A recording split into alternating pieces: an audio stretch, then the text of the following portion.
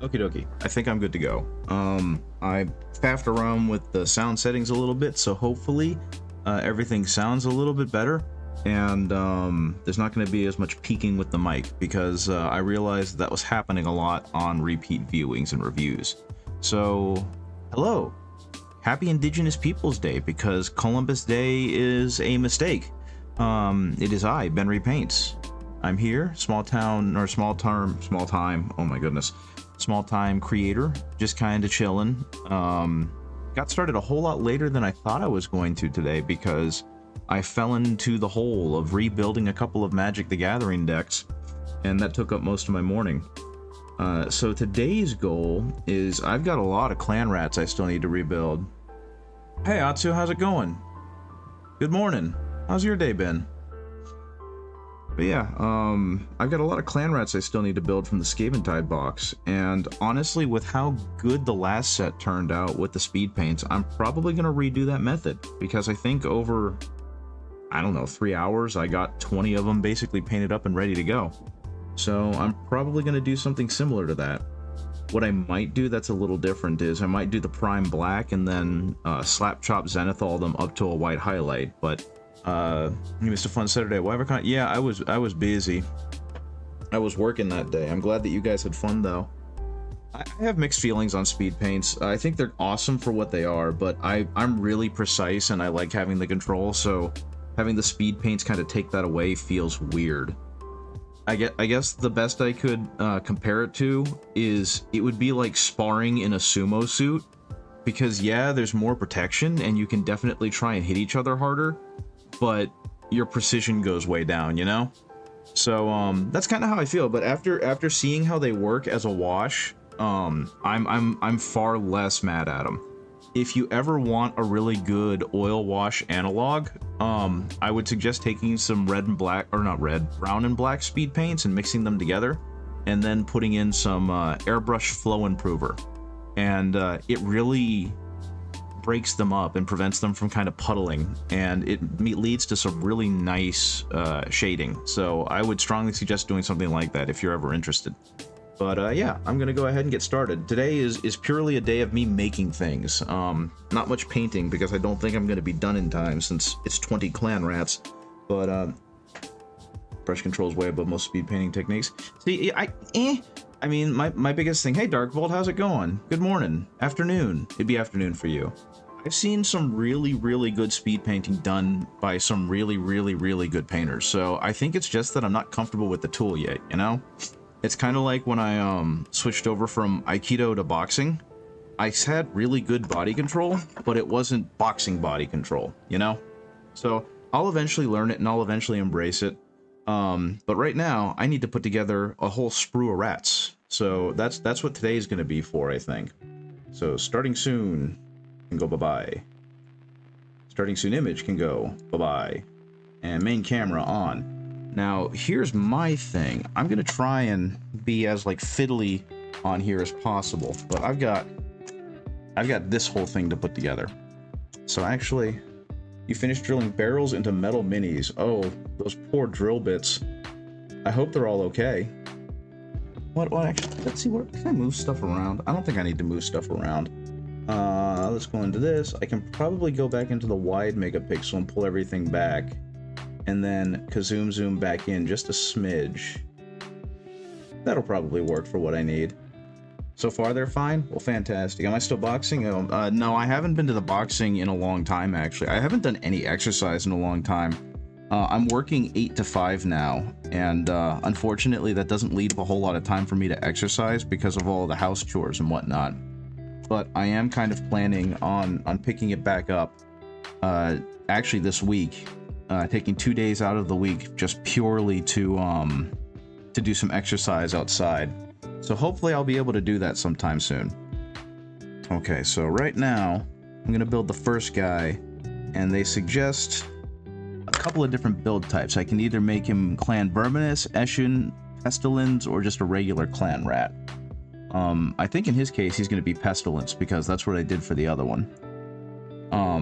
I'm gonna make all mine just slightly analogous to Nurgle, because that's fun to me. So we're gonna go with that. I don't know. I like the idea that there's a bunch of rats who think they know better, but they are very clearly falling to Nurgle. So that'll be fun. Actually, that's what I need these for. But yeah, how are you guys doing? How are things going with everyone? Apparently next weekend, I've been scheduled to work Saturday and Sunday, so my entire weekend is going to be taken up, and I'm essentially going to be doing 11 straight days of work, because I'm obviously not working today, but I'm working through next weekend and all of next week. So we will see how that goes. I guess the one positive with that is, I'm visible? Yeah, I'm still at Geek Squad because I really like that Best Buy discount, and also I like the people working there, and I like the job itself. The biggest thing about it though is just that it's extra money. Even though I do have a new job and it is paying better, it's not helping me as much financially as I need it to. So I've still kind of got to hold down this second job to help with the finances a little bit more. I ended up getting my first paycheck at a weird week, and so like at the beginning of the month when the mortgage and a lot of the bills are due, I don't have enough money, and the second paycheck goes to paying off the other bills that hit on the second half of the month. So I'm in a weird place where I don't really have any time to get any kind of spending money, but it is what it is. Best of luck with that stretch. I've done it before, and the first time I did it was when I first started working at the city, and that was incredibly stressful, but I made it through fine. And now that I have a much better grasp of the job, I don't anticipate it being as big a problem, because working at Geek Squad is not particularly difficult. Pretty much everything that happens there is I've got X problem, and then I say, okay, here's how you fix X problem, and I either help them with it, or they say goodbye, I'd rather not pay that much money. So it is what it is, and thankfully it is all very easy. So one thing I do with these are push fit, and push fit does have, actually one moment, I don't like that angle. Push fit is nice for not needing any glue, but my biggest problem with it is that unless you really force the models, they tend not to stick very well. So I'll typically take a little bit of the peg off by shaving it, and that will kind of give me enough room to really slide everything in place, and I'll go ahead and glue it just for good measure. But it does prevent it from fighting me as it goes into its little peg. And there we go. Actually, let's see, let's angle this again. I'm using a fairly cheap arm for this. And actually, I just recommended the camera arm I'm using to Aria Silverfire, because she mentioned that she's using a cheap webcam and she really doesn't like the angle that it's at. So hopefully the one that I recommended to her is a better option, and she can go ahead and buy that and have a much better streaming angle, especially because from what it sounds like, she's got a bunch of projects coming up. And I'm just going to squeeze him together a little bit so that so the seam disappears. Because the plastic cement, as you guys know, it kind of melts everything together. But if you keep a seam in there, it's going to be super noticeable. If you push it together, it kind of makes the blob go together. Which one did I recommend? It was literally like a cheap $20 model from, the heck is it called? From Amazon. I think I can go back to the telephoto lens now. Oh, that's really close. Ugh. Yeah, if I angle this. I'm trying to find the right angle for you guys to see what I'm doing. Yeah, it was just a cheap $20 one, and apparently I've bought 2 or 3 of them, and they all work for what I need. So it's just like, I don't want to spend more money than I need to, and for $20 you kind of can't go wrong, right? So that's what I did. Okay, so this needs to go over here. Oh, did his head wiggle? His head's not set. There we go. I'm about to say his head didn't set properly, and now it did. Yeah, I don't think it had any specific name brand, but it definitely does what I needed to do. It's all kind of like pressure fit in there too, so it all works. Why are you looking for a new camera arm? Because if you are, Atsu, I can post the link in chat, and you can definitely take a look at it. I think it's one of those Chinese dropship ones that was probably a ripoff of a much nicer brand, but I've had no problems with it, and I use it with my cell phone. So, it does exactly what it needs to do, because you're looking for a whole new camera. I use my cell phone, and the cell phone works well enough because I use a program called Camo Studio, and Camo Studio is nice. It really does it turns your camera into a webcam. Here, I'll just go ahead and send you the links to all that as well. Actually, yeah, did you? Wait one moment. No. What am I doing? Help, police. Friends? All? Matsu, there you are. Yeah, I'll just post this, the same thing that I posted for her in the Discord. And if anyone is interested, those are the links for the stuff that I use. So that's all there for you if you need it. What else do I need? Okay, so the next one is a banner bearer, and I can either give him the giant flag or I can give him a club with a spike. So he's getting the giant flag because I'm going to try and paint obscene things on these flags, and we'll see how that goes. I do love banners, and I feel like getting away from banners is one of the biggest travesties of modern 40k. They still do technically have them. They're just nowhere near as prevalent, and I feel like especially Space Marines losing those giant banners is awful. And so I'm really happy to see that these Skaven still have them. Not only does it really help you identify who the big cheese is on the battlefield, but it's just ridiculous and silly. And I like the idea of people making themselves super targets because they need to be glorious as opposed to tactical. And that's funny to me. So, I'm hoping that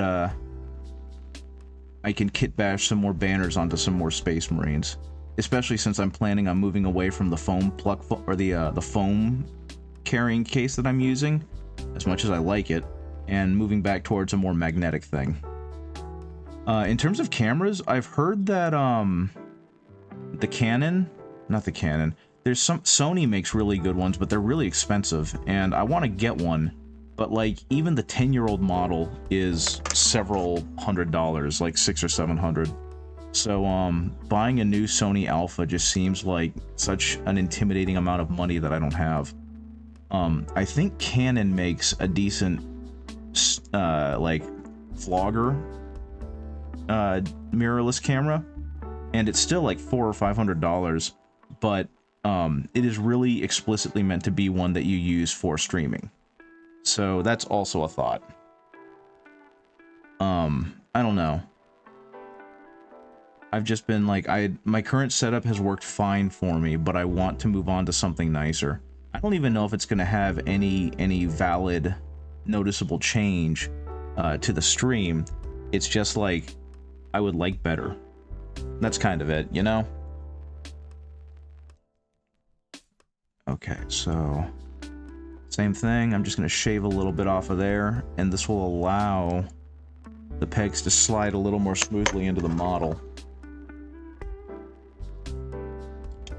And I'm using Tamiya extra thin cement, which I don't think I could live without at this point because it's so much more flexible and usable than super glue. If anyone is interested in getting into Warhammer in particular, because I know they use the right kind of plastic for their models, I would strongly recommend getting Tamiya extra thin. And from what I understand, it's actually...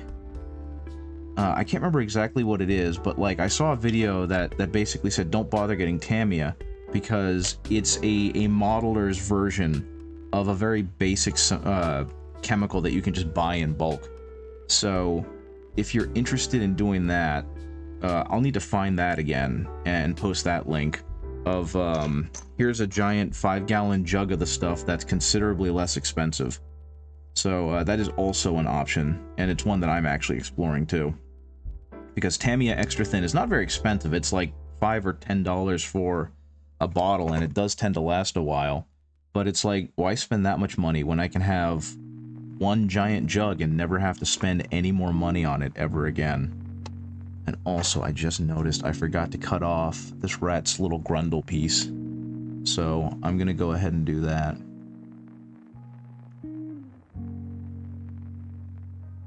So yeah, my plan is I'm gonna probably stream until around lunchtime, which is in about an hour and a half, 2 hours maybe.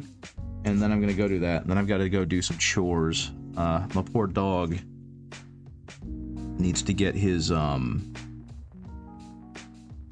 nails clipped, and he needs a bath. I have been very neglectful about bathing my stinky dog, and he's gonna hate it, but he's gonna deal with it. Okay, there's that piece, and the next one to go under is 11, right here. This is actually going pretty quick because I've done this before now. But after I do this, I'll go ahead and prime them up, and then we'll dry brush them to try and see if we can get a good zenithal prime on them. And then we'll just go from there. Now, one thing I was going to do with the previous set was I was going to go ahead and do like a zenithal spray of a dark brown. And I was going to see if that would help, but I remembered the first few times that I used speed paints, I started from a really dark color, and then I did what I thought was a good zenithal, and it just made everything dark and muted and kind of ugly. And that's what actually originally put me off of doing speed paints and made me not want to work with them. And it seemed like every time I tried to use them, I was getting the same results. So I honestly just kind of gave up. And I ended up giving my initial set of speed paints to a friend, and was just generally nonplussed about them. And then during the painting competition from a couple months ago, I placed third in both categories, which felt awesome. But the reward for both of them was wet palettes. And it's like, well, shit, I've already got like 3 wet palettes. I don't need another one, but okay, whatever. So I went to go collect my winnings, and I saw that I had 1 wet palette and 1 beginner set for speed paints. And when I talked to the owner of the store that was holding the competition, he told me that, yeah, he didn't want to just give me 2 wet palettes because that feels stupid. And I appreciated it. So now I have a set of speed paints again and a wet palette that I already own like 2 copies of. But I ended up giving the wet palette to a friend who is going to be getting into miniature painting very soon. And I kept the zenithal paints, and or the speed paints, and I was just like, do I really want to sell these? Do I want to use them? What do I want to do with them? And that's about the time I got the Scaventide box.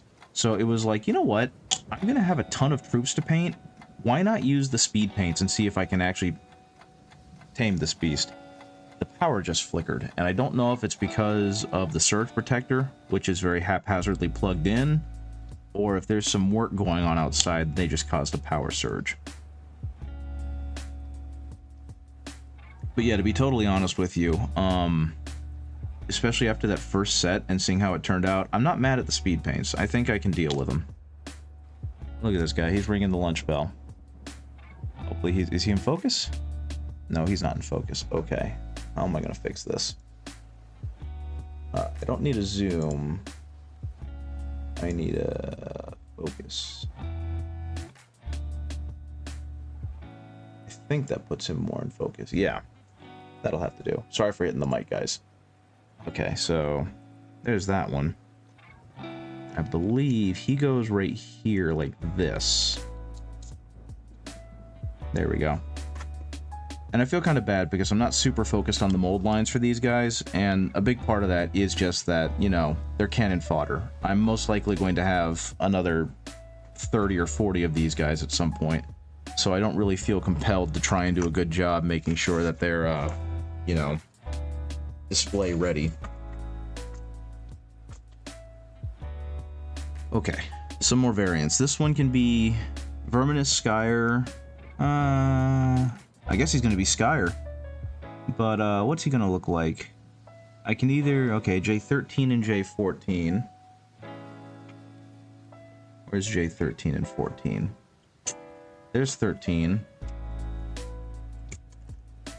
And where is good old 14? Wait a minute. Is that an option? No, it is. It's J13 and J14. I love the fact that they've gotten so good at arranging these sprues. I hate the fact that I'm an imbecile who can't count, so I lose numbers all the time. Oh, no wonder. I didn't lose numbers, it's just on the other side. How dare they? Everything else is close to each other, except for this. Okay, so you're gonna go there. And I've got a couple of options. It looks like I can either give him a serrated blade, or a jagged blade, or just make him a regular clan rat. I think I'm going to give him the jagged blade, which is J16, which is right here, because even though it's Clan Skyer, I feel like it's close enough to a Nurgle corrupted Gross Blade that Clan Pestilence would also want to use it. So I think that's going to be the plan. I'm going to go ahead and clean off some of that sprue. So yeah, today's been a really good Warhammer day because it looks like there's been a little bit of information about the Emperor's Children models that are coming out. And that kind of excites me, because I'm really interested in getting the Emperor's Children army. I thought they were going to come out sometime this year, but it turns out, nope, going to be another year. Sometime in spring of next year. And from what it sounds like, they're going to have a release similar to the World Eaters, which I was a little disappointed by, because I was hoping it'd be closer to how they did, you know, the Death Guard, which got like a full-on release. But they're gonna, based on the rumors that are being told, which means, you know, the rumors, don't necessarily trust them until Games Workshop shows off the minis, but it looks like they're gonna have infantry, which are gonna be Chaos Legionaries with Emperor's Children specific equipment, and then it's going to be Noise Marines, which it looks like they're saying are going to be in squads of 3 with max squads of 6, which I guess makes sense because they're specialist heavy units, you know? So that's going to be the case for those guys. And then they're going to have some kind of elite, which is probably going to be like a Palatine Blade. So hopefully all of that comes out. It all looks really good. All I know is I'm really excited for it. I don't know why. I think it was probably Angel Exterminatus, but I've been kind of tickled by the Emperor's Children for a couple years now.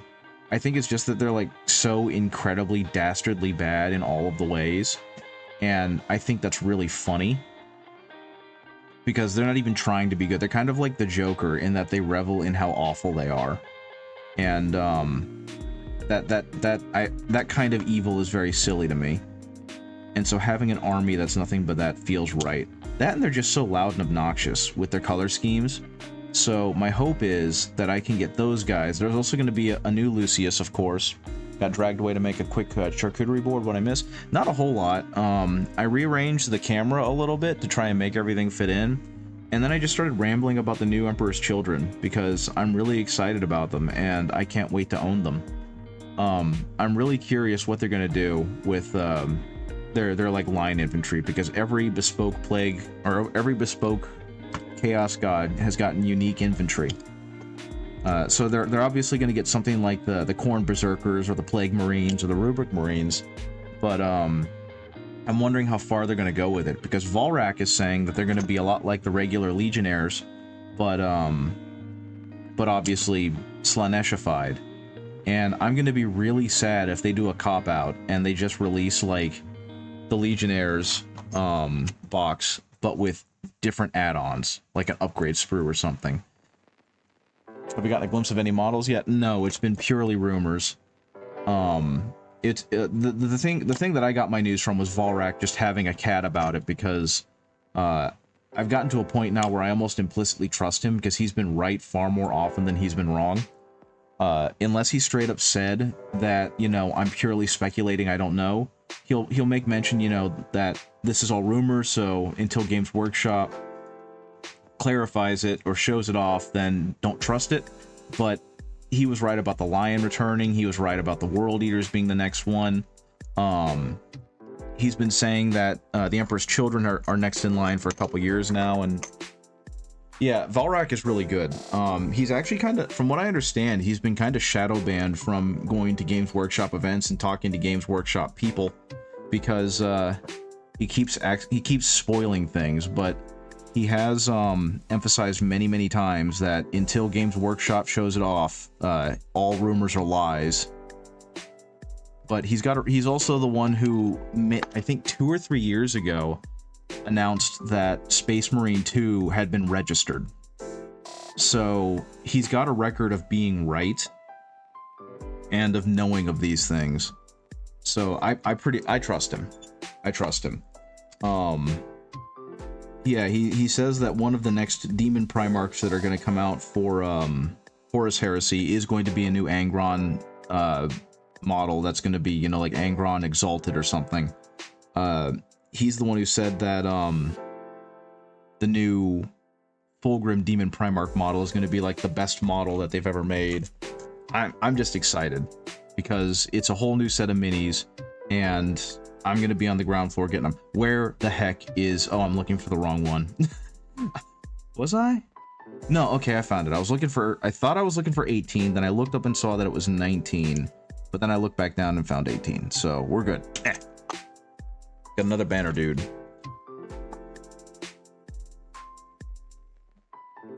So yeah, I'm very excited about that. He's also saying that the Space Wolves are going to get a range refresh as well. And I don't know if that's rumors or if that had been confirmed by Games Workshop, but he's saying that the Emperor's Children launch is going to be basically the second best thing to happen next year, because the Space Wolves are going to be the first.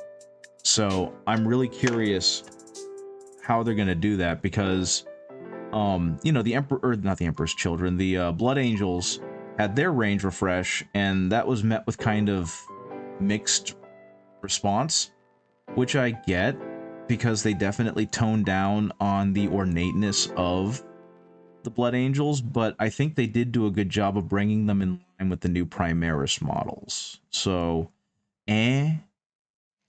but I would love to see what they're gonna do with the Space Wolf, especially because one of my friends is a Space Wolf player. So he's got like the Hounds of Morkai, and he's tried to get as many Space Wolf specific models as possible, but it's been rough going because they haven't had a whole lot of attention put on them with the Primaris line. But yeah, I'm pretty excited to see how they turn out. Okay, so that one's been shaved down, this one's been shaved down, he's another banner carrier. I'm still not sure what marking I'm going to do for these guys when I paint the banners on them. I think we did have that idea of doing just like a very bug-eyed rat skull that kind of looked like the mark of Nurgle but isn't quite there. So I might try and play around with that a little bit. I just don't know. Right now I'm just working again. Now that I think about it, looking at the new Kill Team starter set, they should have added a Rubric Marine to the opposing side to the Space Marines for people getting into the game through Space Marine 2. Yeah, they could have. That actually would have been a perfect place for them to, you know, debut a new Rubric Marine Kill Team, I guess. But I don't know. Given the turnaround time for these things, I'm not surprised they didn't. But they need to have you on the marketing team, because that would have been perfect. I think my best guess, though, is that they weren't expecting the game to get delayed, so the big tie-in was supposed to be the beginning of 10th edition, you know? Because 10th edition was Tyranids versus Space Marines, and so was the game. So that's probably why they had... But then the game got delayed for like a year. And, I mean, they couldn't exactly spoil Space Marine 2, because they showed in the bumpers that there were Rubric Marines, right? So yeah, it would have made a lot more sense for them to have, or it would have made sense for them to have had a Rubric Marine themed box somewhere. Hopefully they'll do something cool like that eventually. Which one am I looking for now? So I'm looking for 21. There's 20. Where 21 at? Here, nope, that's 12. All they need to know is add kill team rules for the Titus model. Yeah, you know they're gonna. They're going to have to eventually. Especially with, I don't think they anticipated for Space Marine 2 to be as big as it is. Like, I kind of feel like the new what intro starter box that they made for the Titus model, you know, with it being the second one, I'm almost positive that they had to hastily find something new to put out because Space Marine 2 was such a smashing success. You know what I mean? I was like, oh crap, I wasn't expecting it to be this big, and the old board game's already sold out at most Targets, so now we got to figure something else out. And that's why this new intro starter set came out. So yeah, especially because, like, the starter sets that they make for those aren't very good. Like, they're not fun to play. So, who knows? At least from what I've seen, because it's literally you just rolling your dice, Warhammer style, of a single Space Marine lieutenant fighting off a bunch of Termagants. So it's just like, how much fun can that actually be? I know when, I know that would just be absolutely miserable for me. Not my idea of fun. They pretty much repackaged and released the old board game. It's the same models. Yeah, didn't they do less this time, though? I don't remember how many Termagants were in the original one, but I think they added some paint to the new one. Like, they basically went, here's some paint and brushes, and that's going to justify us charging as much as you would charge for the 10th edition starter set. And I didn't like that. I felt like that was kind of cheap. But you know what? It's Games Workshop's money. They can do what they want with it. I just know that I'm not wasting my money on that. Okay, so that's gonna be good.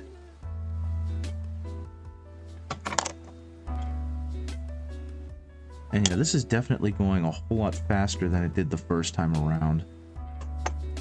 That really makes me think that it makes sense to have a kill team of Titus's squad plus a multiplayer squad for co-op to play against both Tyranids and Rubrics. Yeah, they could do a they could do a version of the game where, like, the Space Marines get a couple more actions or have a better armor save or something, and they could have, like, Titus's squad be played by, they could do it like a 4-player game. They could have Titus's squad be one team, and they could have a second person choose 3 from the 6 of the other squad, so that way you get 9 miniatures to kind of mess around with on one side, and then someone else could play the Rubric Marines and someone else could play the Tyranids.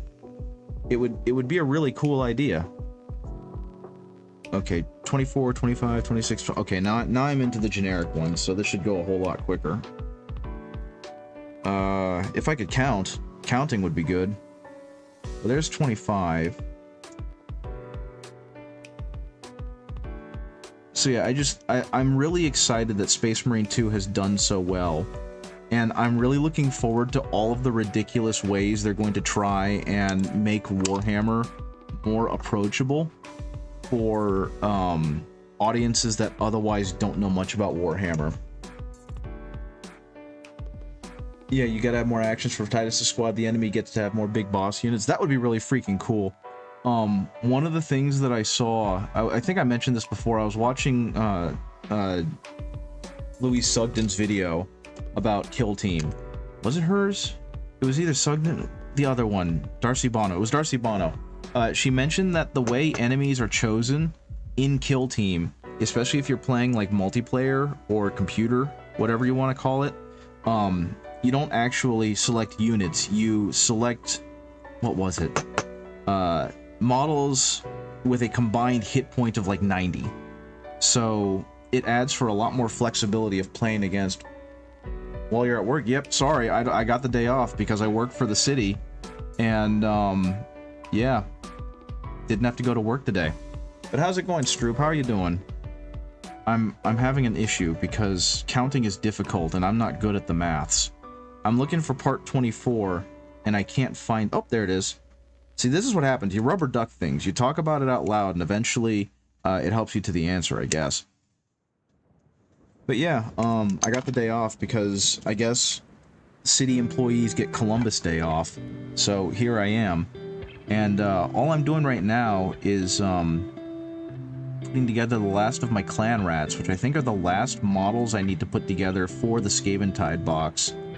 And then if time permits today, I'm going to go ahead. Yeah, it was over there. Thank you, Dark Vault. This is why I love chat. You guys are so helpful. And I mean, to be a little less silly, you were right. It was over there. It was somewhere I was not looking. But if time permits, I'm going to go ahead and prime these guys up and then do like a dry brushing on them, because clearly the last method left me nonplussed. So I'm curious how much grittier I can get them to look by doing the traditional slap chop method. What I might actually do to be a little scrunglier is I might prime them black and then hit them with a dark brown coat on top of that and then zenithal brush them. So we will see. Okay, so I shaved off those two little bits. I mentioned this before, but what I'm actually doing with these guys is shaving down the pins, because they're push fit, so you don't actually need to glue them together, but I find that they don't fit very well when they're push fit like that. So I tend to shave down the posts a little bit, so I have a little bit of room for like the air to escape.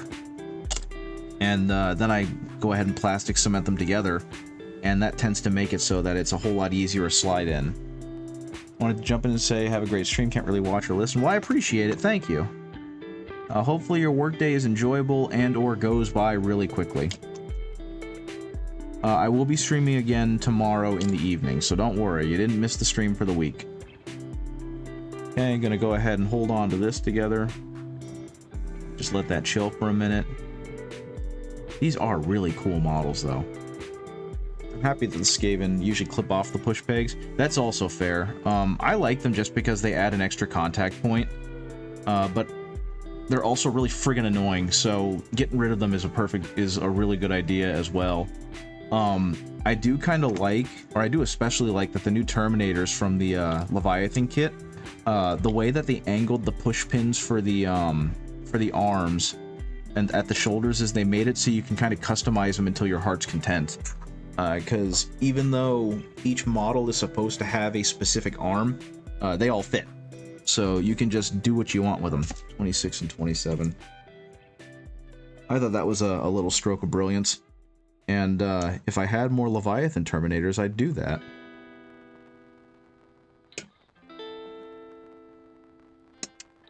But yeah, once again, I don't know. Yeah, they made the Terminators pretty. Yeah, they did. I also love the posing on them. I think they did a good job making the poses dynamic and powerful enough and not goofy. There's one in particular that I like where he's just kind of trudging towards the viewer, trudging forward. I think that's a great model, and I kind of want to strip that one down and repaint him, or buy another one of just that model so I can do a really good display version of it. But yeah, I mentioned at the beginning of the stream, and I'm not sure if you were in yet, but I definitely meant to stream a whole lot earlier. I'm thinking of maybe getting some more Leviathan Terminators because I went a bit conversion happy with my set. Also fair. From what I know, they're selling a little cheaper because they are, you know, the baseline model. So, at least in the United States, Terminators go for about, what is it, $65 standard? And you can get the Leviathan ones for about half that. So, you can probably go on eBay and find them for a substantial bit cheaper than you would have to pay retail for. Hey, Snowtwig, how's it going? Good to see you. How's your day been going? I have a holiday today, so I am taking that time to kind of do some hobby stuff that I otherwise would not have time to do. Like right now, I am putting together the last 20 clan rats that I need to put together for my Skaven, from my Skaventide box. I'm glad they released a full Terminator set independent of Leviathan ones. Yeah, that was kind of... I think what they did was they realized that Terminators are so iconic and so beloved that people would revolt if they found out that the Leviathan Terminators were going to be the only poses. I am wondering when they're going to release Assault Terminators. Because as much as I love the Stormbolter Power Fist combo, which is, as far as I'm concerned, the best combo, I have Darnath Lysander, and he needs some Thunder Hammers and Storm Shields. I've been playing 40k video games. Very cool. Which one have you gotten up to today? Especially now that there's so many good ones to choose from. The Blood Angels release would have been perfect for Assault Terminator. Yeah, exactly, right? I kind of wish they had, but they didn't, so it is what it is. What I'm going to do is I'm just going to keep being a cheapo, and I'm going to keep 3D printing them, because I did that with some Assault Terminator bits, and I'm pretty happy with how they turned out. Man, I forgot to do the bottom of his foot. The biggest issue that I have with the 3D printing, though, is that storing them has become kind of an issue, because I have that foam storage case that I'm actually going to have to move away from, which makes me really sad, since it's a, I put a shit ton of stickers on it, but it'd probably do me better to move back to magnetizing. The rats look cool, but that's because the rats are cool. Look at these lads. Sorry I'm off camera, but like, he's got a banner. I'm going to paint something stupid on it.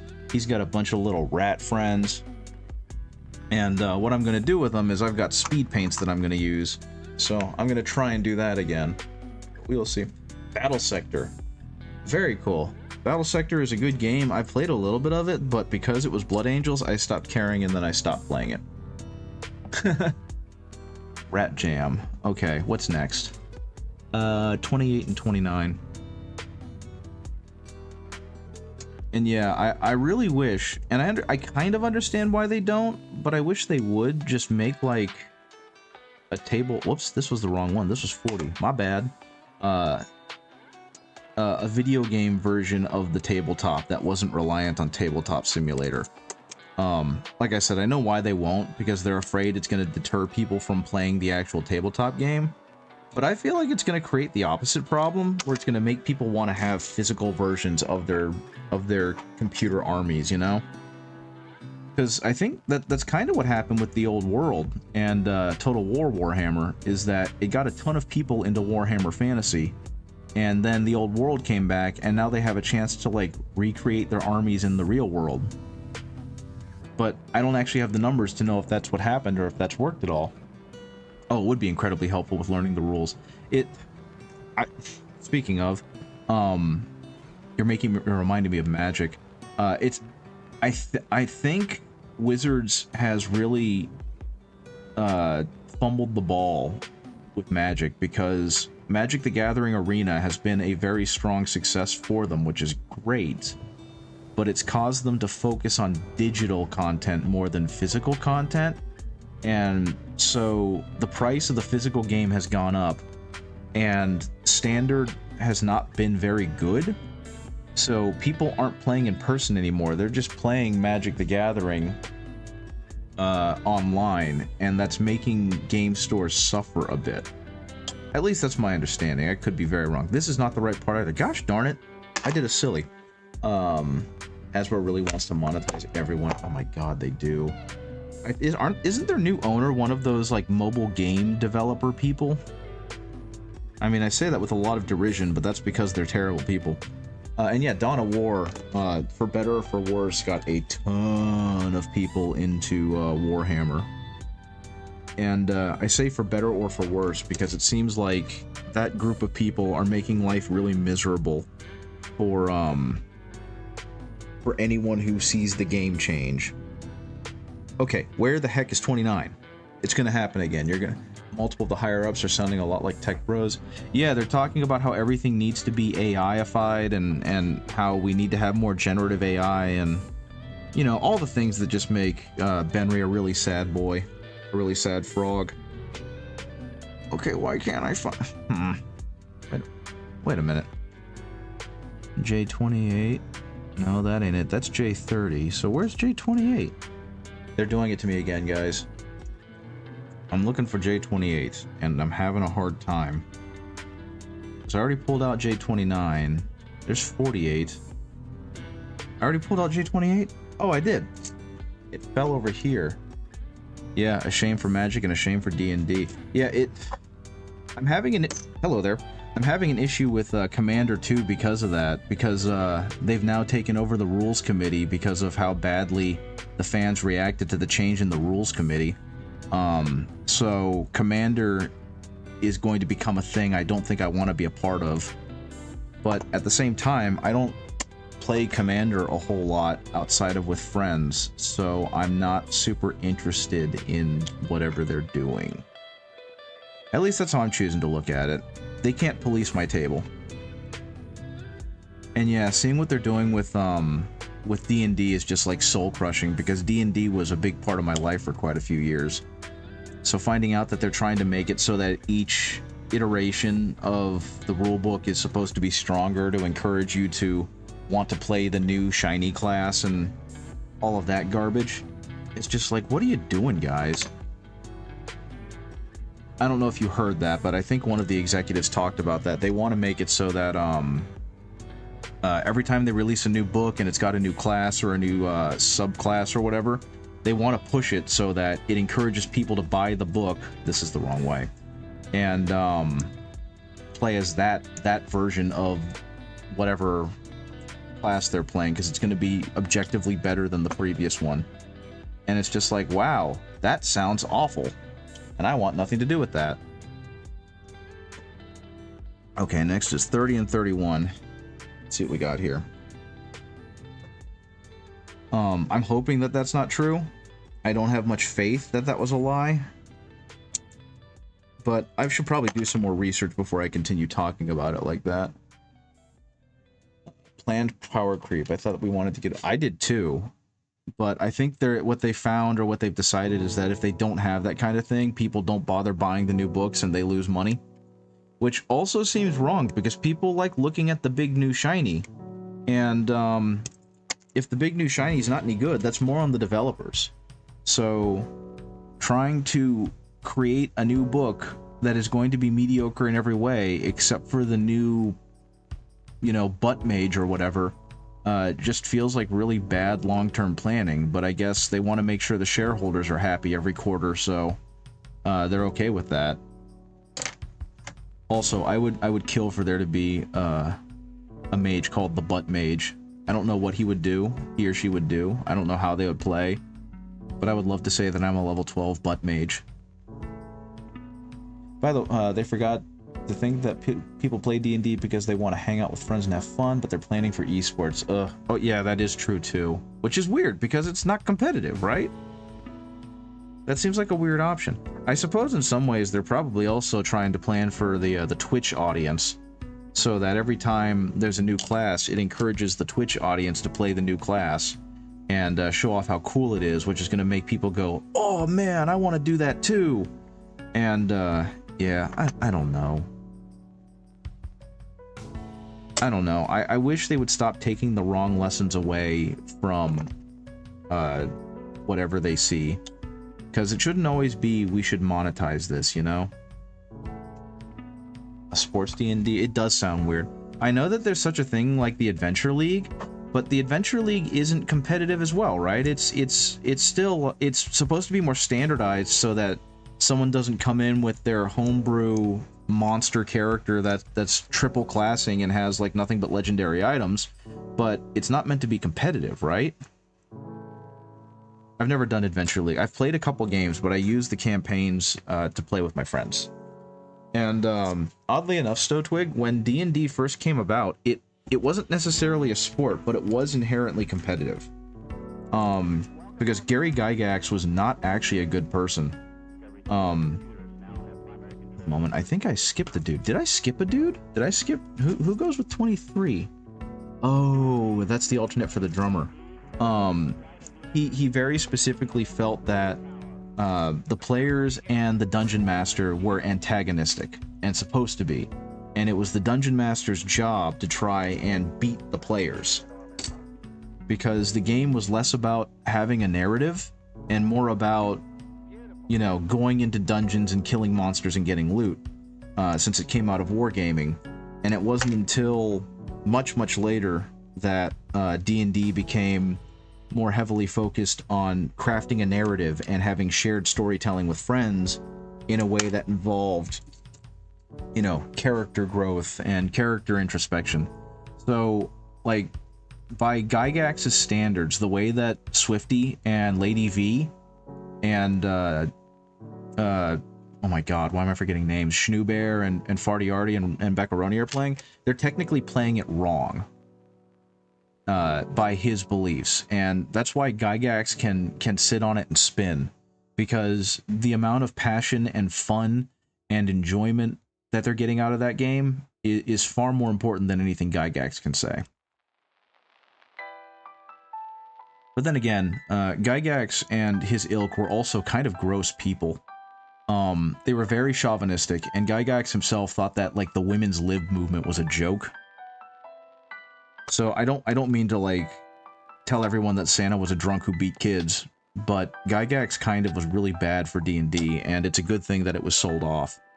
His son tried to restart TSR, which was the original company that owned D&D, but his version of the game on Kickstarter, first of all, went nowhere, thankfully, but second of all, was, you know, incredibly problematic in a lot of the ways that D&D has tried to move away from being problematic. So, as bad as Wizards of the Coast is handling the game right now, the community that has been fostered through things like Critical Role have made D&D just so much better and so much more enjoyable for so many people. So, that's a good thing. And if you don't think that's a good thing, then I don't need you on my channel.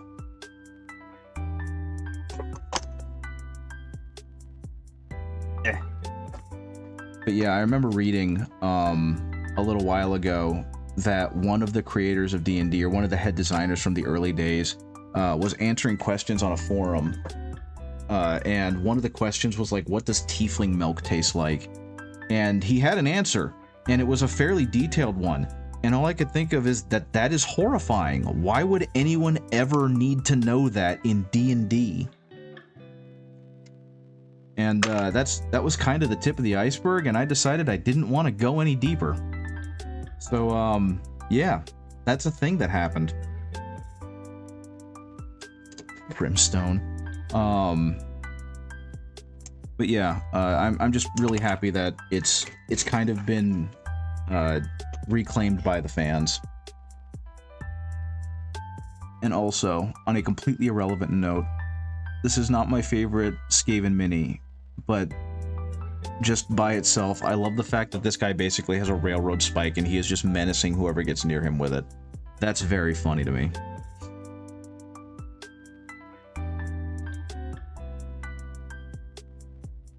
Okay. Yeah, this is going a whole lot faster than I remember it going. I remember this taking me like a whole afternoon, the first time I did it with the first 20.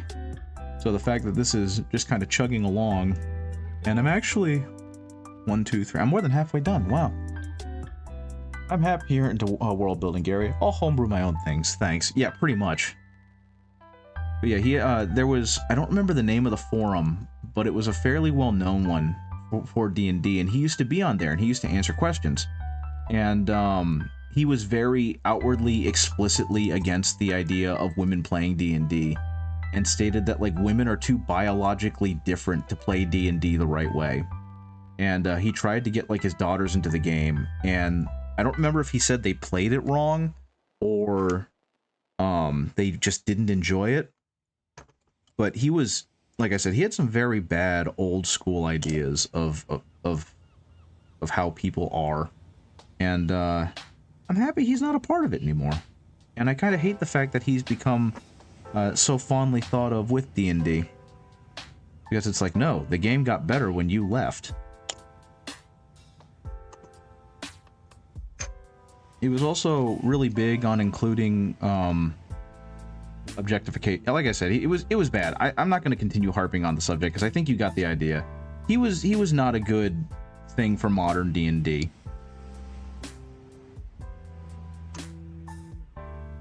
But yeah, like having people like Brennan Lee Mulligan and Matt Mercer and Abria Iyengar and many countless other people who are not springing to mind being kind of the new forefront of it, much better. Speaking of, I need to finish my game of Baldur's Gate. I haven't finished that yet. I don't know if you guys have played Baldur's Gate yet. I've forgotten. If you haven't, I suggest you do. It's a cracking good game. I'm finally about to beat it for the second time, in that I'm back in, how far am I? I think I've gotten to the point where the only thing left for me to do are to deal with the big 3 bad guys, because I finished everyone else's side quests and whatnot, but I've kind of had to drag myself kicking and screaming to that last bit. But I want to finish this run, and then I want to try an honor mode run, because I've heard that honor mode is just much, much more brutal. Maybe I should do a tactician mode run first. I also need to finish Space Marine too. I tried to boot it up yet. Been on the first act for months. Understandable. If they really run D&D to the ground, we have plenty of alternatives and older editions to go back to, so unless we get Pinkerton sent to our house... Yeah, exactly. I think in the most I can say this with confidence, Dungeons & Dragons as a game has so far outstripped the ability for the companies to control how it's played, and the individual people to control how it's played, that the art of tabletop gaming is safe. And it feels weird being the dominant age cohort that is kind of dictating pop culture policy right now. But I'm happy to be in that age group right now, because a lot of the things that I enjoyed growing up are growing up with me and becoming more mature and sensible in a way that doesn't detract from the game. Like, I couldn't imagine liking Warhammer 15 years ago, when the game was a lot more, I don't know what to call it. Not grimdark, because grimdark is the wrong word. I think the name that's the word that's come to it now is grimderp, which is like when they do edgy, violent things for the sake of being edgy and violent.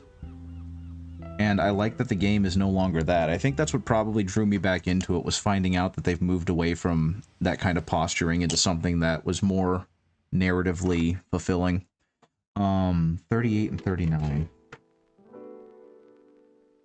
Yeah, all of the 90s. Pretty much. I remember, I obviously grew up in that era, but I definitely remember being really uncomfortable through most of it, because I felt like a lot of things went too far, but I was too young to have the words to say these things. So I went along with it. And yeah, I'm just glad that that's not the case anymore. And that things can be enjoyed without having to feel guilty about enjoying them, because they're gross or horrifying or whatever else. I already did you. Go away.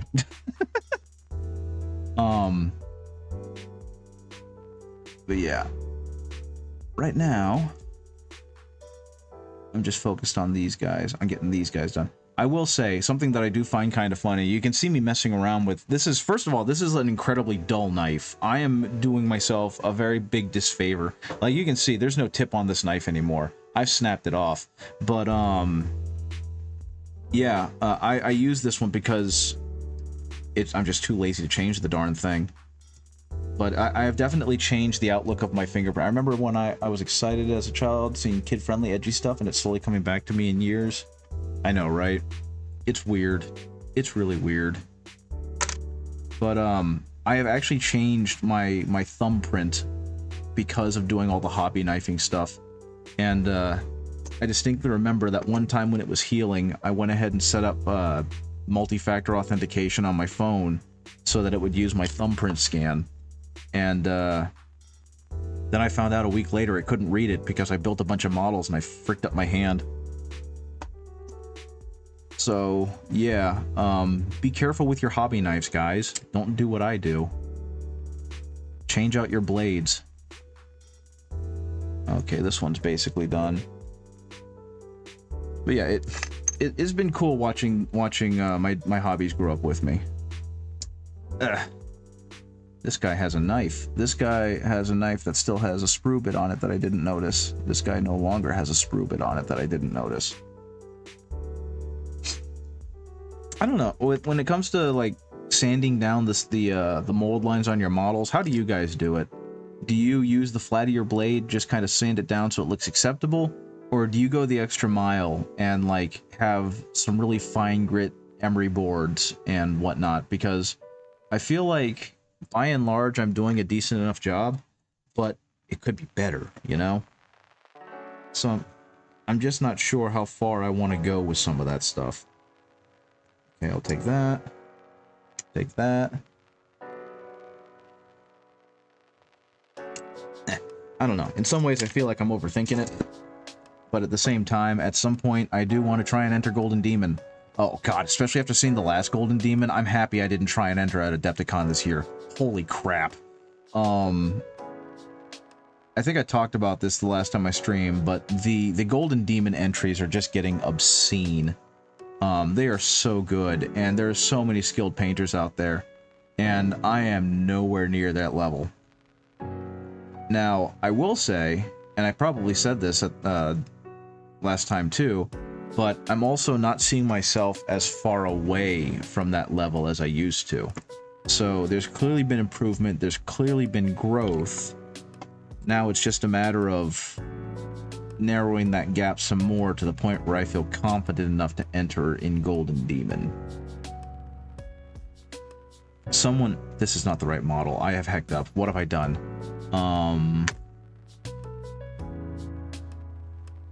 Is this the wrong model?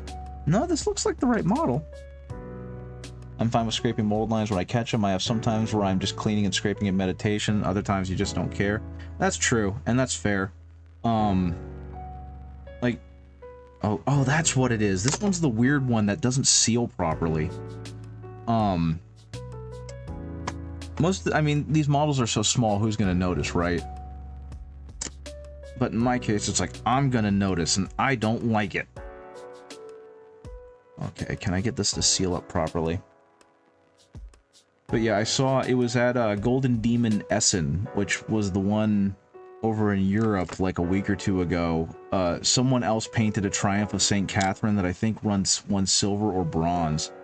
And seeing how they did it was just like, oh, that's what it needs to look like to win a Golden Demon. Mine was nowhere near close, and even if I were to do a bang-up job on the barrier, it would be a novelty, and it would be neat to look at, but it would be nowhere close to what they're looking for. Essen's a German city? Very cool. Yeah, did you see the Golden Demon winners from Essen? Because they were really freaking neato. Everyone did an amazing job. And it was really cool seeing the creativity that went on there, and it's continued to inspire me to want to do more neat things. Well, let's see. Once I finish this lad, I can hop on real quick, and we can take a look at them, because they are worth looking at. Okay, let's see. Also, quick question. I have tinkered around with the sound settings. How is the sound coming through on the mic? Okay, that's the registration. Oh, wait, where's Warhammer Community? That's where I'm going to find the best pictures. Sure, that works. Golden Demon winners revealed. Here we go. You hear you loud and clear. Fantastic. My biggest issue was that I realized when I was watching the video over is that I was really spiking the mic. And that in some cases you could really hear the fuzz. So I tried to reduce down the bass a little bit, and also tried to make it so that it wasn't picking up as much in terms of like external noise. So I'm glad to hear that it's doing okay. Okie dokie. Now the other problem is I have no idea how sensitive this is. Like I tried to listen to it the best I could through my headphones, but that just ended up being weird. So I don't know how clear you can hear other noises I'm making. So this was the guy who won single miniature gold, and it's just an amazing looking piece. I love the background. I love the fact that it's got that asymmetrical frame, and you know the shading. Everything, of course, is going to be perfect. These are all going to be ooh ah. Look how beautiful they are, because unanimously they're going to be the best skill level, you know. But yeah, that one's really good. That is Lucas Zaba, who just did an absolutely phenomenal job. Let me see. Can I make this smaller? Yeah, that'll be good. And these two won silver and bronze. It was Jure Stassen, I believe. I'm probably pronouncing that name terribly. And Nicholas Rubens Mortensen doing a Kroot Hunter, and I can't remember, he was the Warhammer Plus model for the second year. And again, just absolutely looking phenomenal. Phenomenal. Man, that non-metallic metal is beautiful.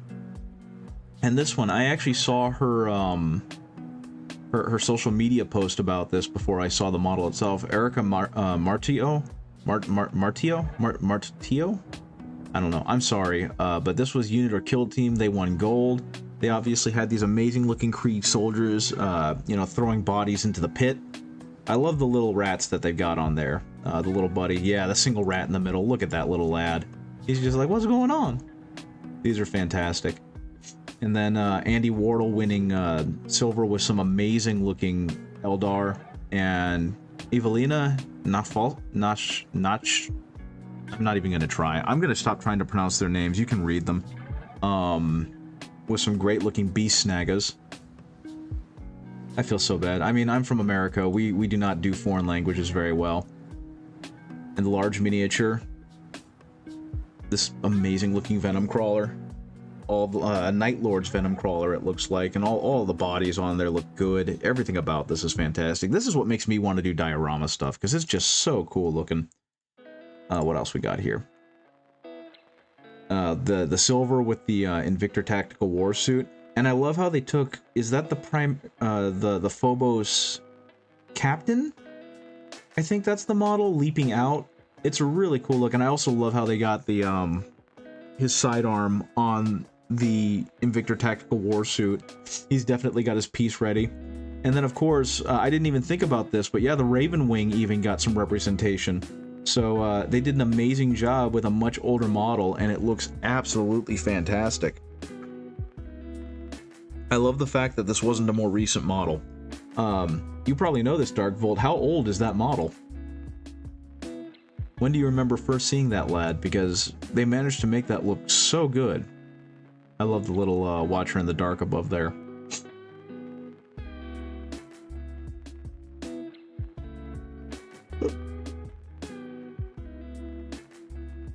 Model existed since before you started. Yeah, that is an old one. What a classic. This amazing Age of Sigmar mini. The smoke coming out of the cauldron. The squig over in the lower right corner just kind of bugging out. Man, their sense of lighting just blows my mind. And we've got the silver and the bronze. I really like the model, the Stormcast Eternal. I just like him as a model. I want to own that one just because it's such a cool looking model.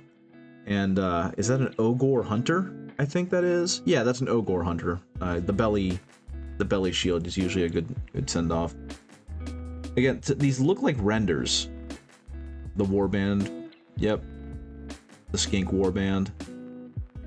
Gosh, their terraining is so good. Oh my goodness, I didn't even notice that one. The Squighog one that's just a pile of them.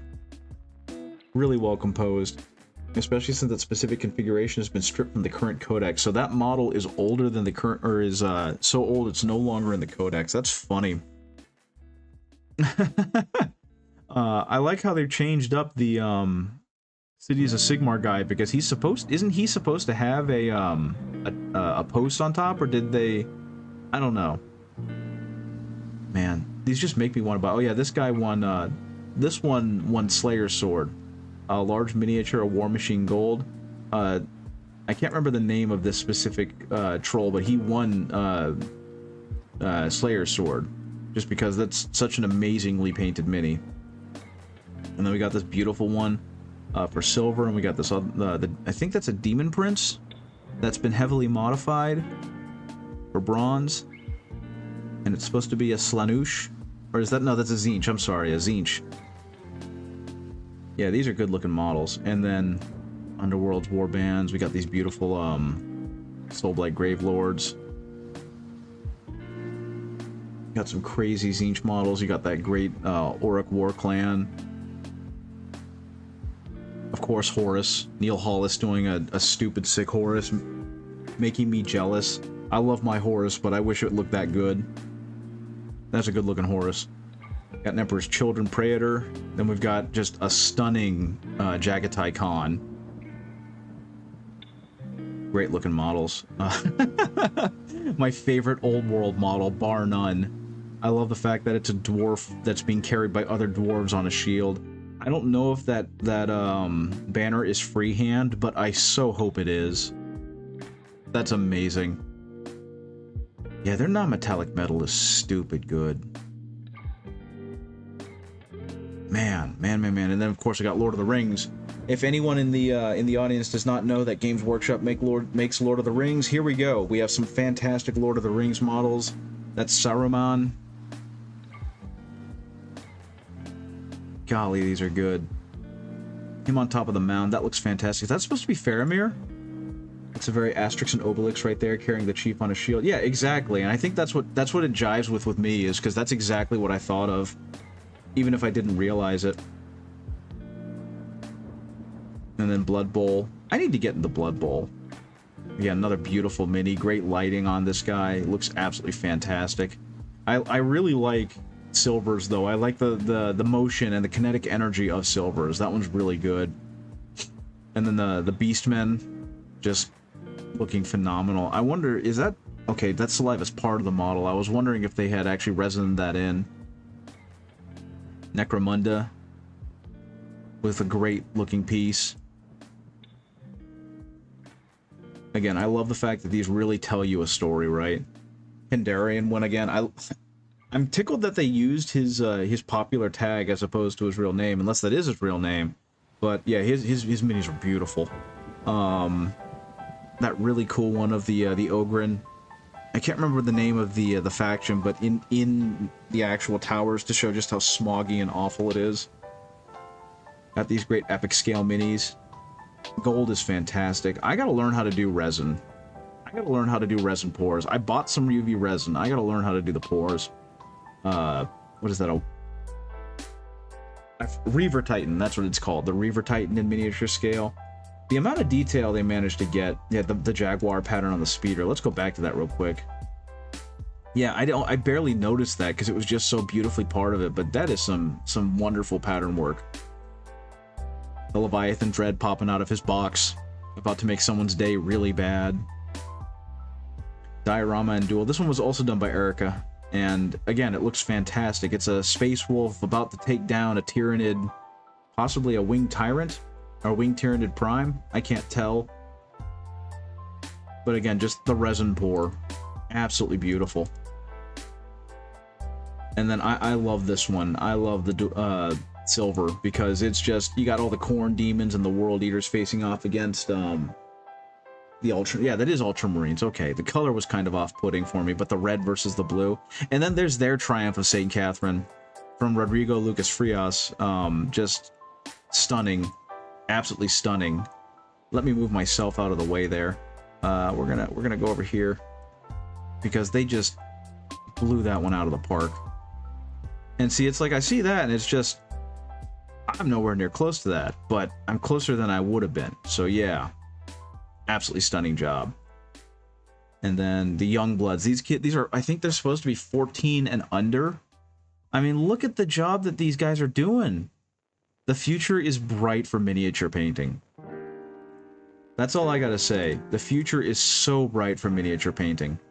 Look at the lighting that that silver and bronze both got on their minis.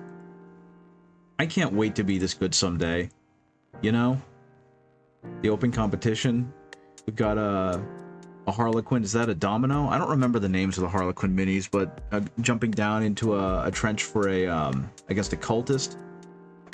His arm half buried in the sand. Again, just fantastic. A lot of people were upset with Christian Clausen, and they were like, why did that one win? It's just a basic intercessor done in the heavy metal style. And I disagree. I don't think it's just a basic intercessor done in the heavy metal style. It's a basic intercessor done in the heavy metal style flawlessly. The fact that it just looks so basic belies how incredibly subtle it is, you know? It's incredible technique shown there. And of course, we got another Dark Angel showing up, and I love the fact that the Terminators have kept their very top-heavy silhouette. That's such a great-looking Terminator model. Yeah, and of course, the Slayer Sword. Look at that mini. Look at that lad. Everything about this. Yeah, so Golden Demon just continues to... Yeah, exactly. It's done so well, it deserves a slot. It's one of those things, right? When you do something basic, you better be flawless with it.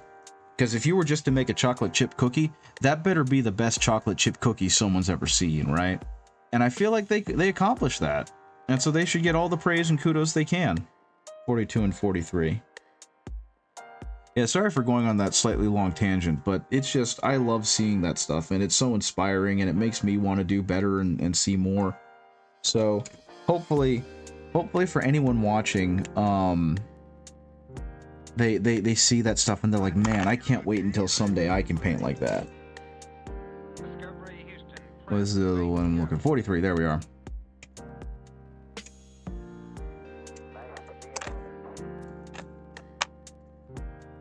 Like I said, I can't wait until I'm there one day. I'm closer than I've ever been, and I'm only getting better.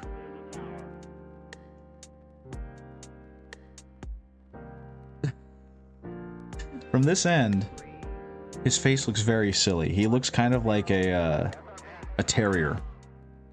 But that's because he's completely covered in cloth. That's very funny.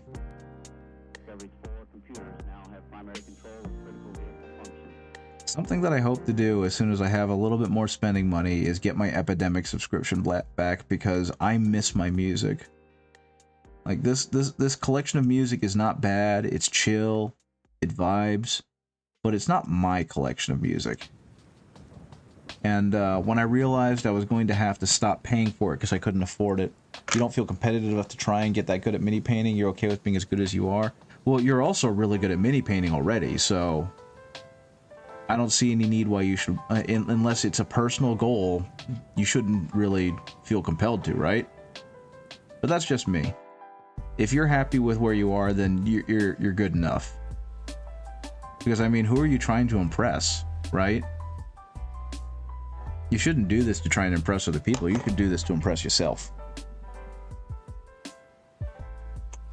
Like, I don't know. I feel like this is a very personal hobby in a lot of ways. And so if you're not having fun with it, then why keep doing it? But if you are having fun with it, then keep doing it the way you're doing it. Like, that's one of the things that I found I dislike most about American culture is everyone's always got to have more. Everything's always got to be bigger, always got to be better. And I don't feel like everyone should be pushed into that mindset, because that mindset's not for everyone, you know? I just think as long as you're happy and you're having fun and you feel fulfilled, then you're doing great. You're doing a whole lot better than a lot of people. Okay, let's squeeze that together. Speaking of, well, not speaking of, but my goodness, I hate the smell of liquid cement. Or of plastic cement. Because it is very strong.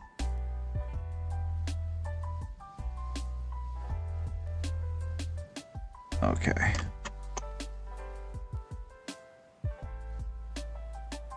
There we go. I always just kind of brush a little around the feet, so that way he kind of gets a puddle, and then it can just melt and fuse everything together. So that's me. You're welcome. I don't know what I did, but you're welcome. Knife. Knife. Actually, there was one of my coworkers. I think I might have talked about this, but one of my coworkers at I don't mind the smell. I can't. Normally I don't, but right now it's just very strong, and it's not making me woozy or anything, but I'm definitely noticing it. One of my coworkers had a moment like that though, where they were kind of embarrassed to talk about a hobby they were getting into because they'd already set a standard for themselves that they weren't going to achieve, right? They had just bought a wood block or a wood whittling kit, you know, where you take the little carving knife and you have a block of wood and you slowly carve it into something that's, you know, fun or creative or interesting. And they'd never done that kind of hobby before, and so they were kind of they were happy to tell us they were going to do it and that they bought the kit. And it was like, cool, congrats. You might have just found a new hobby for yourself. And I mentioned, I can't wait to see what you sculpt. And he was like, oh, well, I don't know. I've never done something like this before. It's probably going to be terrible. And like, well, yeah, you're starting out. Everyone's first attempt looks bad. That's how we learn. I kind of told him, hey, you can't be good without being bad first, you know? And he kind of paused and went, oh yeah, I guess that's the case. And I think we'd do better to remember that for more things. Though there is always that initial anxiety of getting into anything, right? Okay, squeeze the lad.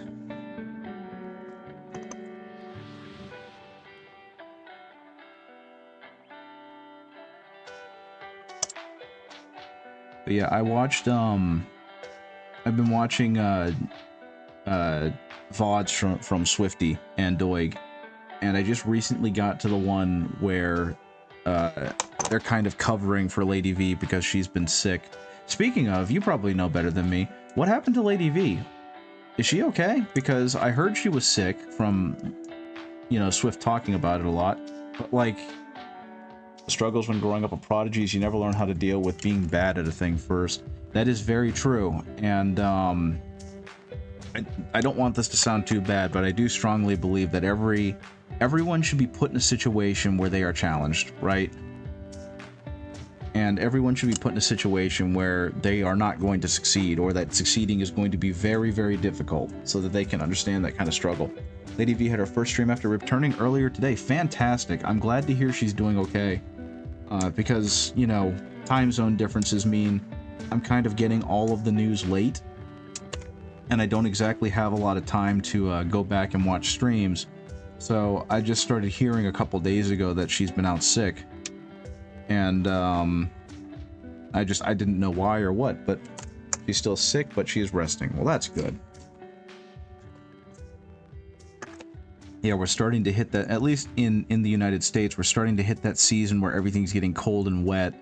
And so, it's becoming time to, for people to get ill, which I'm not looking forward to, because I work in an enclosed room with an air conditioning unit. The cat is very affectionate because she's been gone for so long. The cat? Lady V has a cat, right? I'm having a moment. Was she in the hospital? Because I think I'm misunderstanding something. Oh dear. She was that sick? Poor thing. Well, I'm glad she's doing better. I'm glad she's okay. Because, yeah, I get that. Last year, the cat was at the cat sitter. Fair enough. Okay, that makes sense. But yeah, Jeez Louise, it would have technically been the beginning of last year. The beginning of last year, I was in the hospital for a couple days because I was having like shortness of breath issues and chest compression and tightness, and like the general practitioner couldn't figure out what it was, so they suggested that I go check myself in, and it turned out to be nothing. It was all stress related, which was a big factor with me leaving my previous job. But I was in the hospital for, gosh, was it 2 or 3 straight days? I don't recall. But it meant that my pet dog and cat, who have never been away from me for more than a couple days, didn't see me. Like, my wife was home and she was taking care of them, but like the cat and the dog were mine before I met my wife, so I'm kind of the first person that they knew in a lot of ways. And so when I came back, they would not leave me alone.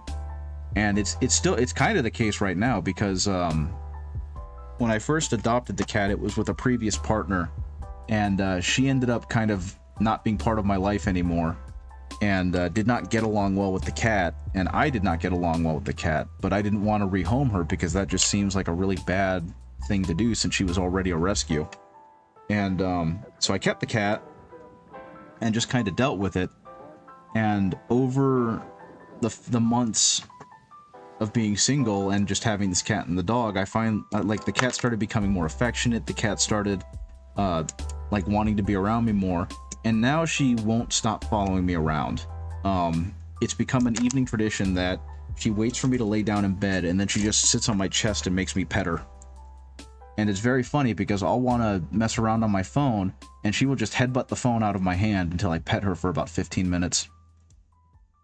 So we went from being in a relationship of convenience because I didn't have it in me to rehome her, to her being my best friend. So I appreciate that. I used to not like cats very much because I've always felt like They were fiercely independent and just kind of would not give you the companionship that you would hope to have with a pet.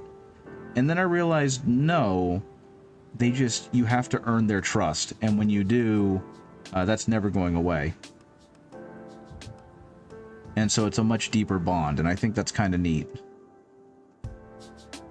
And that's not to denigrate dogs in any way. I love doggos. I love my bulldog. He's big and stupid. You gotta work for a cat to get, once they get, they really like, yeah, well, they realize that you are to be trusted, right? You are someone they can be safe with. And I think that that's kind of cool. And of course, it also tickles me that, my previous partner failed spectacularly to obtain this cat's trust and affection. And, I did not. So that's a feather in my cap. So ha ha ha. But we also have a new cat. We got a stray, which was mentioned on Doig Swift. We have Tuna, and Tuna is slowly getting there too now that he's maturing and slowing down a bit. Just today, he found out that he loves butt pats. So we're gonna get to that point with him too, because he's been very skittish since we got him, and I'm happy to see that he's slowly ingratiating himself in the house. What I do find very funny is that he doesn't know whether or not he wants to play with my bulldog, but he keeps trying. But every time my bulldog gets annoyed and gets up and tries to play with him, he runs off terrified because, you know, he's like an 8-pound cat, and my bulldog is 60 pounds. So there's just this huge size discrepancy between the two of them. Okay. I got 2 more and then I'm done. You see, that's... Do I have 2 more? Oh, that's 51 and 50 right there. I feel like I'm missing one. I am what? Did they just get... Wait, one moment. I can't count today. 2, 4, 6, 8, 10, 12, 14, 16, 18, 19, 20. No, I have one more. They gave me an extra base for some reason.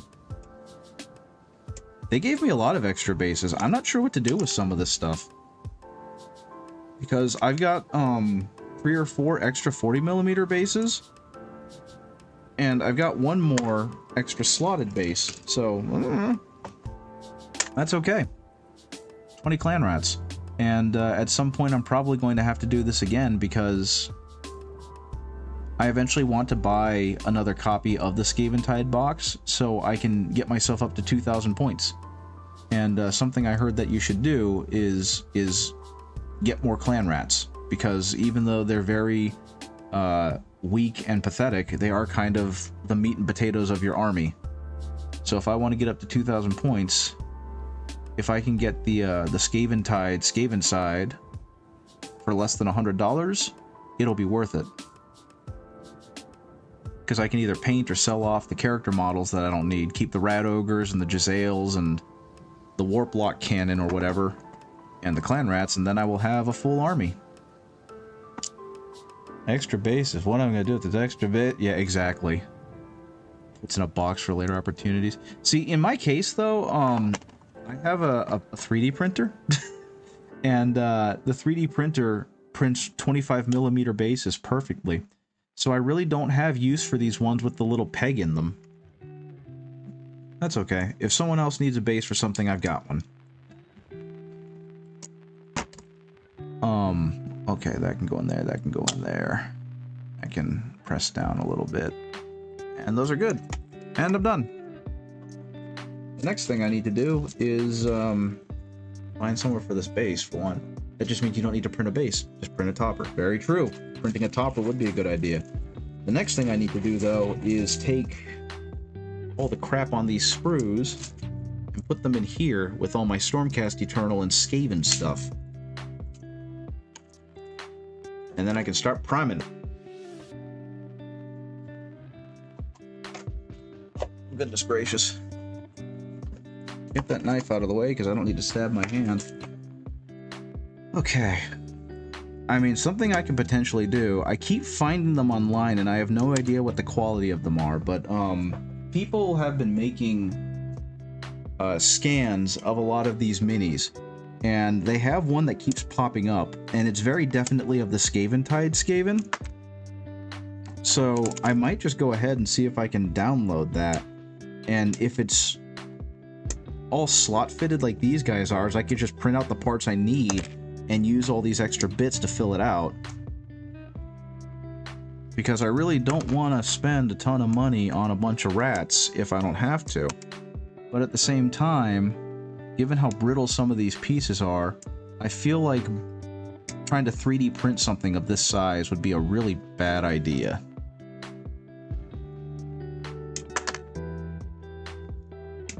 But I don't know. I'm planning on doing that for my Imperial Fist army. I keep waffling on how I want to present my Imperial Fist army, and I've come to the conclusion that I'm just going to do a bunch of heavy intercessors, and they're going to be the core of the army.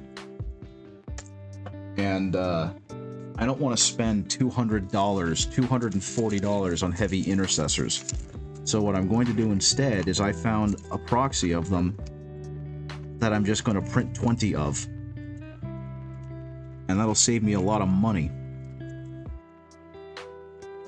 And then I can spend that money to buy vehicles and stuff, which excite me far more. I need to get myself another bunk. Yeah, see these things. I have no idea why those are there. I've made all of the minis and all of the models, all in different poses. They're approximations of the poses from the box, so they're not all different. It's variations of 5. And the one that I found actually did come with different arm variations. So if I wanted to do a couple different that way, I could. I also could just 3D print other parts that are similar and use those for them. But I'm not too worried about that because they are line troops, you know? I don't like the current ones I have because I painted them very sloppily. And I don't like the models that I used for them. I'd rather just start over. And I guess what I can do is anyone who wants to be a Crimson Fist player or an Imperial Fist player, I can just sell the other ones I have for like nothing because they're all resin, which means I spent maybe $8 total on making them. Oh, the sprue bit can go there.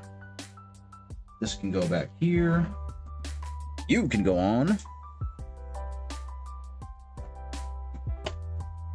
Now the last thing for me to do with Scaventide box is the terrain. Go ahead and move you back over this way. I think that'll work. Let me see. Will this work? Yeah, that's actually perfect. Move this painting. Let's move the painting juice.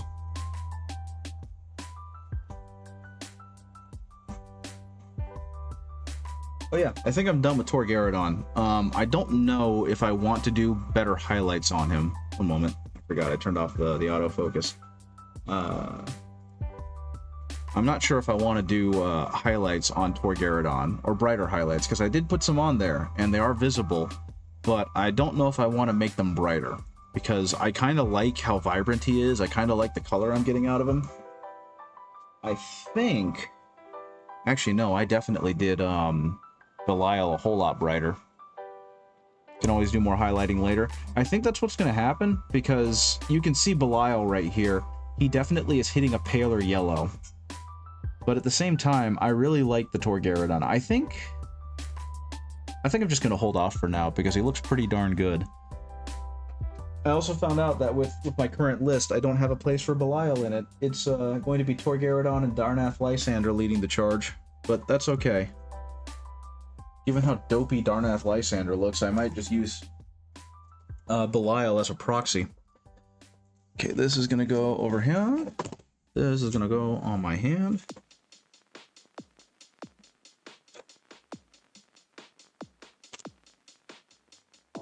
Come on. There we go. I'm really bad. I use these nitrile gloves until they break. Mr. Garadon does look very similar in tone now to Belial. That's exactly what I was going for. The old one, oh dear, this thing is all gummed up.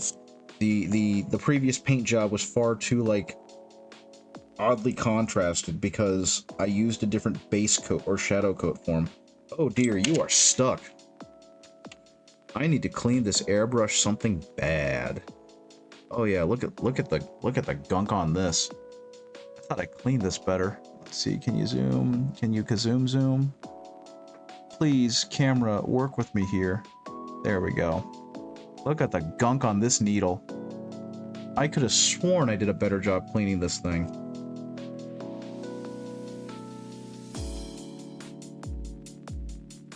Okay. Okay. But yeah, I've kind of decided that for the most part, unless I really feel compelled to do it, or until I get some more money, I'm just gonna go ahead and keep, that needle looks like a screw. It really does, doesn't it? That's disgusting. I don't know how that got stuck on there, but it clearly did. I'm just gonna go ahead and 3D print infantry and buy the vehicles, because I feel like the vehicles are the better investment for spending good money on, at least now. And then I'll go back later and I'll buy the infantry later.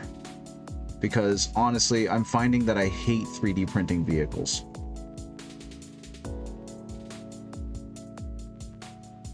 And I found out, I also did find out that the reason why my FDM prints don't look as good as some of the ones I've seen online is because people are using a 0.2 nozzle. And a 0.2 nozzle is half the size of the nozzle I'm currently using. And it definitely means that they're able to get down to a much thinner layer line size than what I've got. Because, oh dear, this thing, how did this thing get so gunked up?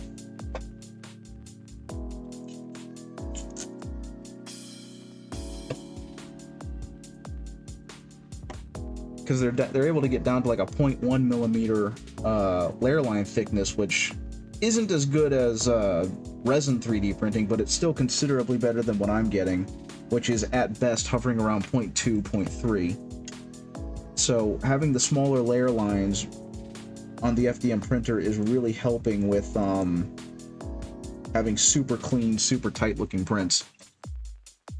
So I guess I have to buy myself a new nozzle, which stinks because I just spent stupid good money. Whoa, what's happening here? Stupid good money on a diamond tip nozzle, but it's too big. Smaller nozzle also takes more time to print. I've seen great FDM prints, which would be nice for me since I have no space for a resin one if I had any space at all. Yeah, I just saw a video, and I'll post it in the Discord, of a guy who was 3D printing like actual minis, so like the units, using an FDM printer with a 0.2 nozzle. And I will be honest with you, they're still not as good as resin, but they're getting awfully close. So if you ever do decide to get a printer, I would swear up and down at least buy those videos with a 0.2 nozzle, because those minis looked fan-freaking-tastic, and they painted well too. The 0.4 nozzles should still work nice. It works okay, but like I said, it's still ending up being too thick and too clumsy. And so for some of the finer details, it's just not doing a good job of capturing them, and it's making everything look, kind of like a topographical map, which is not what we want. Because I tried to print like an Exorcist tank, because I had a good STL file for that, but it was incomprehensibly bad. I couldn't use it. Okay. I probably should go ahead. Oh, I can also do the thing. I can do the guy with the thing. I can do this guy. I can go ahead and prime him. I just got pinged for something. I wonder who it is. Bing, bing, bing, bing, bing.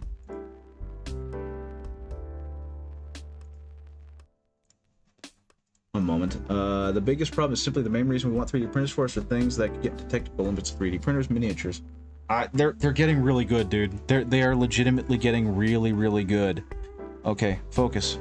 You can do it. I believe in you. Yeah. The technology behind these 3D printers is becoming so good. So, like I said, if you want, I can send you the video, and then you can marvel at how good some of the 3D prints are. Using an FDM printer. The guy in the video, he 3D printed a Gabriel Angelos Bloodraven Chapter Master proxy, and the layer lines were so darn tiny. I was incredibly impressed. I'm very strongly, after my next paycheck, considering getting a 0.2 nozzle so that I can do something similar. You've been looking at 3D printers since 2013, so yeah, you've been eyeballing them longer than I've known they existed. That kind of happened with my buddy who got me into 40K. Oh, by the way, is the compressor buzzing coming through at all?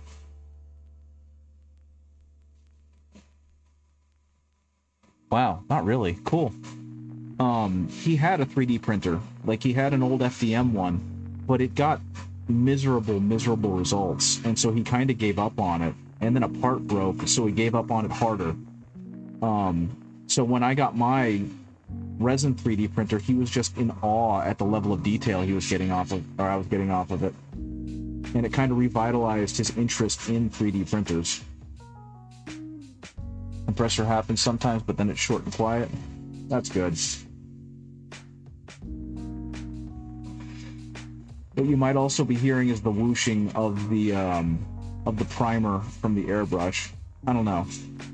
Or it might just be popping through because I'm talking, and so the channel's opening back up.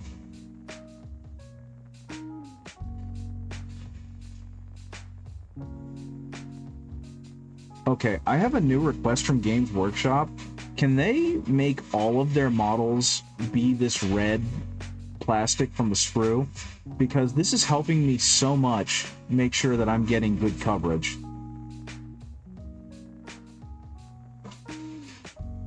You followed both 3D printing and VR when they were showing prototypes, then Oculus was bought by Facebook, so you stopped with the VR. Understandable. Finding out that Facebook bought that stuff is just like, well, I don't care anymore.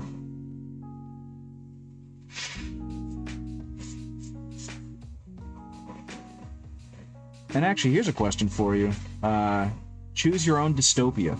Would you rather have had Oculus bought by Facebook or by Elon Musk?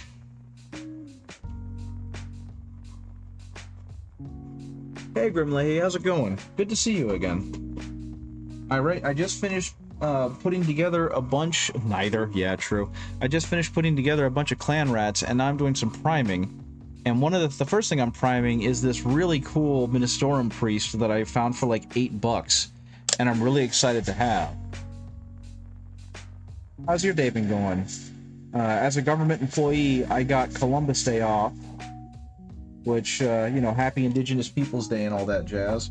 So I'm using it to do a little bit of stream, and I'd rather Oculus be bought by Steam. Yeah, that would have been... I think everyone would have rather Oculus be bought by Steam. They would have made it... They would have done wonders with it.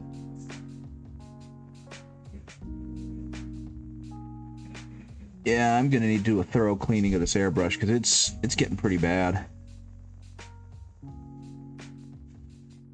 Oh, it's thoroughly clogged. Okay. But yeah, I'm still gonna just painting some Trader Guard. Got Monday for Canadian Thanksgiving for yourself. Very cool. I was very strongly considering doing a Trader Guardsman unit, but playing Space Marine 2 just made me really want to do a regular Guardsman unit.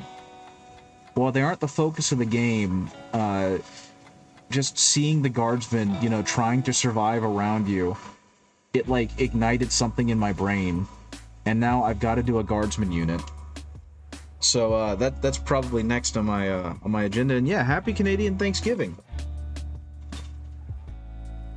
And actually, with that being said, Grimley, I guess I now technically have some Trader Guardsmen that I 3D printed that I have no use for. So if you want, I can ship them to you. I'd request that you pay for the shipping. But where'd they go? I've got them primed. Oh, while you splatter Trader Guard by simply walking into them. Yeah, one of my favorite parts of that is being able to do that. I cackled like a child. You do Trader Guard because you love kit bashing? That's also fair. I don't know, I might still do something with these guys. But like, here's an example of the Trader Guard. I've got them primed. And that's kind of what they look like. These are Station Forge's Trader Guard miniatures. So yeah, like I said, if you're interested, I could get them shipped to you. If you're fine with not having them because you're enjoying the kit bashing aspect, then definitely don't worry about it. I'll figure out some use for them. I might go ahead and put them in my Imperial Guard army, and I'll just say that no one's noticed yet. You know, I think that'll be a good enough excuse.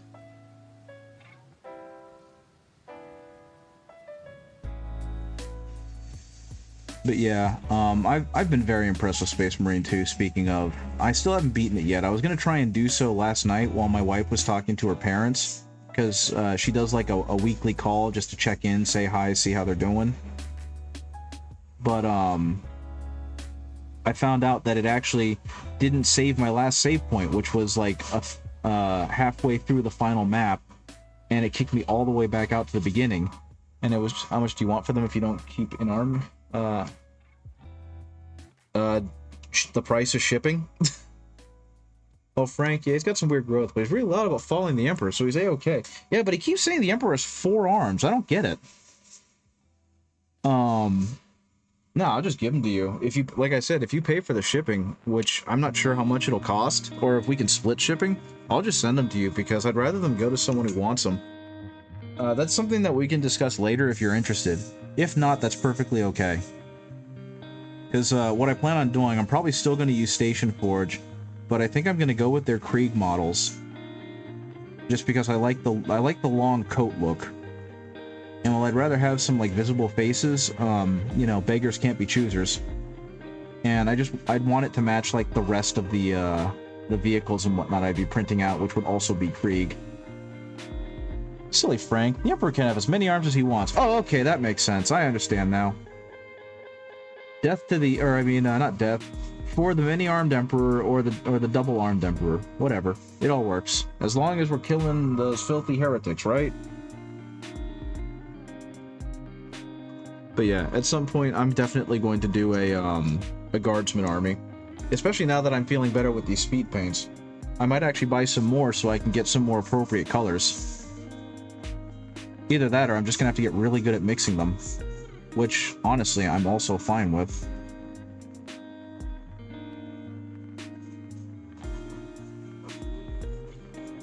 One thing I did read that made me a little sad as I was trying to look up, you know, our guard worth playing, is that apparently right now the game really punishes you for having suboptimal builds. I haven't played Space Marine 2, but I'm playing the hell out of Darktide. I mean, we're in some kind of crazy good renaissance for Games Workshop Warhammer video games right now, because Darktide was a certified bop and is only getting better as they continue iterating on it. Uh-oh. Okay, there we go. And Space Marine 2 has been a runaway success, so you can't go wrong either way. I haven't played any of Darktide in a while. The last time I played was when they first introduced those recurring boss enemies, the brother and sister, which was like a year ago. I just haven't really had time to sit down and video game a whole lot. So, now was it actual arms, or was it the arms of the Imperium, the Inquisition, the Sororitas, the Stars of Mechanic? Yeah, that's gotta be it. He's talking about the many-armed Emperor's arms of the Imperium. Orthos offensive PTSD? I guess so. I don't know the names of anything. When Helldivers kind of came out, my friends who play these games with me, they only have a limited amount of time too. And when Helldivers came out and became the new hotness, they moved over to that. So I kind of moved with them. And then everything got really busy, and we've had a little bit of time to play Space Marine 2, not a bunch. So I don't remember much of anything in terms of like proper names or anything. So, but yeah, how has the new expansion been? What is it called? Reloaded? I don't remember. It looks like it's been neat. I was going to start playing it a few days ago, but then I saw that I'd have to respec my character's skill trees, and I went, no thanks, and I turned it off. Because I had time for maybe one 20-minute game or whatever. I will say, I do appreciate that every time they do like a big overhaul, they don't make you stay with your previous build. They're like, well, that may not be what you want to play anymore, so go ahead and respec your entire dude or dudette. Like, I'm curious what the next big the next big Space Marine, or not Space Marine, the next big 40K game is going to be. I kind of hope they go some other route and they stay away from the Imperium and do something non-Imperium, because it feels like they're trying to do that and they're having modest success with it. I would just love to see them go full ham and make like a big ambitious Xenos game or something, because I feel like the Xenos aren't getting enough love by Games Workshop in a lot of ways. Pretty fun in my opinion, but I only started playing in September, so don't know what the game was like before. Oh, that's absolutely fair then. I don't think the core gameplay loop of Darktide has ever been bad. It's always just been a matter of like, is it still fun after doing it for the nth time? And I'll be honest with you, I never stop having fun with Darktide. I also haven't played it a whole lot compared to some other people. One of my friends who does have a lot of time to play these games, he's got over 100 hours in Darktide, and has like a build down and a specific, you know, way how he wants to play, and he's met other people to play with, and so he knows exactly what he's doing, and he's playing on like the hardest difficulties and doing this, that, and the other. I'm not doing that, so there's still a lot of growth in that game for me, or a lot of potential to do things. Like, I've gotten to level 30 with 2 characters, and that's it. I just got to level 30. I haven't gotten... I think my best equipment is... holy mackerel. It's 430, which from what I understand is not particularly strong by the game's actual standards. So... I've got very limited exposure to the game past, like, the open beta, and playing it after release for a little while. I do know, though, he'll stick to Malice difficulty. See, that's the thing. I forgot what the difficulties mean. I think I've played up to the middle difficulty. I think there's 5. I got the difficulty 3, and at difficulty 3 is like, well, I'm starting to feel the pain a bit. But I'm also not that much of a video gamer anymore. I've never been very good at first-person shooties at all. And even though Darktide is obviously not a traditional first-person shooter, it still requires some of that same skill set. 3 out of 5, yeah, so we're both kind of at the same level. So while I am having a great time with... Am I even on camera when I'm doing this? I've kind of stopped paying attention to the camera. Oh, no, I'm perfectly on camera, nice. I've never gone above that difficulty level, but I do love the intensity, the increased intensity that I'm starting to see. And that's bled over into playing Space Marine. Like, I don't want to play Space Marine 2 on the lowest difficulty or the medium one that's recommended for my level. I want to go above and face a real challenge and die trying. Because that's where the fun is for me on Space Marine.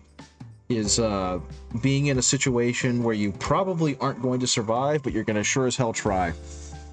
And that's kind of the fun that I was having in Darktide 2, was realizing I was getting in over my head. And so there was like actual adrenaline to it, as opposed to just mindlessly clicking. So hopefully, at some point, I'm going to have a little more time and I'll be able to play stuff like that again. Right now, it's just like, I've got other things. Warhammer games need to have a struggle. Exactly. That's where the fun comes in. That's where the best parts of the narration comes in. All that stuff. Now, something I haven't thought of is, how am I going to base these guys? Because I'm starting to realize that, especially with how small they are, I don't really want to do the texture paste. So I don't know what I want to do. I know visually, I think I want to put like a warpstone glow on them. Hey Montravon, how's it going? Good to see you again. How's your day been going? I have the day off because it is Columbus Day / Indigenous Peoples Day in the United States. And since I'm a city employee, we got the day off.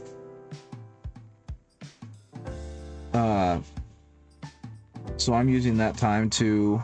Oh, I'm out of primer. I'm using that time to go ahead and do some more painting and busy work. Long working day. Oof. Sorry to hear that. Another regular showed up earlier and was a little bit sad that I was streaming while they were at work. But you know what? I had free time to stream, and I missed last week's stream, so in some ways, I guess I'm kind of making up for it. There we go. That's what I'm looking for. Oh, that is so far out of focus. Just to be funny, I'd say texture paste in gray, make it the moon because it's made of cheese. I could do that. What I was actually going to do, what my plan was, is I wanted to keep online with the other ones that I have, which are kind of doing the Sigmar thing, where they're bursting out of the ground and they got warp stone. But no, you've given me ideas. I think I want to go ahead and just... Okay, come on. What's going on there? You're now in your hobby room? Oh, that's gotta feel good. After a long day of work, getting to go back into your hobby room. That's the good stuff right there. I wish the camera would continue to be focused, but I think it's having a hard time figuring out what it wants to focus on.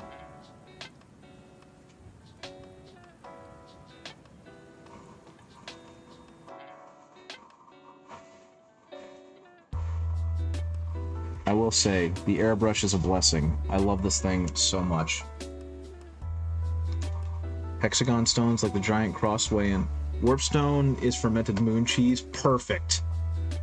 Hexagon stones like the giant crossway and I don't know. I'm not sure. I'm trying to figure out how I want to base these guys. What I might do is I might paint on some really bright neon green and then put down some UV resin and get it so that it's slightly hard, and then surround it in like texture paste. And then also add some rocks, but I think instead of rocks, I'm going to 3D print some cheese wedges. You like the look of hex stones? Yeah, they do look really good. I wish. Focus, focus, focus. He's right there. He's right there. Stop acting like you're looking through beer goggles. Okay. Going back to autofocus. This is driving me nuts. There we go. Yeah, hex stones always look good. I wonder if and when Warhammer's ever going to move to something like that away from the tape measure. Just start using hexes on the battlefield. Though I feel like in some ways that would probably make the game harder to play, because then you would need like official mats and whatnot, wouldn't you? Because I think, didn't Dungeons and Dragons try to do that for 4th edition? Where they tried to make the game more grid-based and standardize everything, because they were trying to do the online community thing that was starting to become a thing at that time. Which I will contend, honestly, that as bad as 4th edition was in a lot of ways, a lot of it was a really good idea. At least in terms of like making it a tabletop combat game. So while it was definitely not perfect, and I was not knowledgeable enough or around people knowledgeable enough to play it, I still kind of miss a lot of things about 4th edition. I don't think so, especially after Kill Team went back to numbers instead of symbols. That is true. That was the single dumbest thing I've ever seen. Was using symbols, and not just using symbols, but using symbols with shapes incongruous to the distances they were supposed to represent. Is Underworlds not a hex crit game? I have no clue. I've never played Underworlds. I honestly barely know what Underworlds is, because at first I thought it was maybe like the original version of not Spearhead. What's the name of the other? I mean, and see, this is where I'm getting lost. Age of Sigmar has their own kill team, right? But it's not Spearhead, because Spearhead is their version of Combat Patrol. What's the name of I'm losing it. I don't remember the names of anything anymore. I think the glue has finally infiltrated my brain. Warbands, that's it. Warbands. Warbands is the kill team of Sigmar. And then, if that's the case, though, what is... No, not... Okay, yeah, no, maybe not. What is it called? Like, they have index cards for it and everything. Mordheim? Not Mordheim. Mordheim was another game. That was for Warhammer Fantasy, I thought. They need to stop codenaming everything. Though, admittedly, they're not the only ones to do it. Warcry. Thank you. You got it. It's Warcry. Okay, I'll be right back. I need to clean out the airbrush much more thoroughly this time, and then I might actually be right back because I'll need to use the bath. I almost forgot Warcry was a thing, but apparently Warcry was the better of the two for a long time. Like, people were like, Warcry's great, you should get into Warcry. And again, that requires buying models that no one had, and spending money no one had, and learning a new system with time that no one had. And all this really tells me what I should be doing is I should be going to my local game store and playing with people that do have the time and the resources, because they're probably just as starved for people to play with as I am.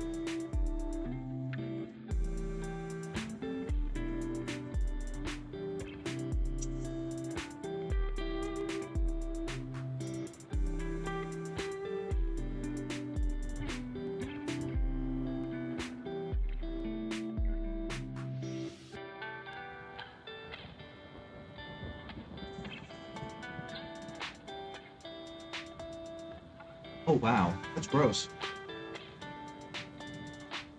There's actually...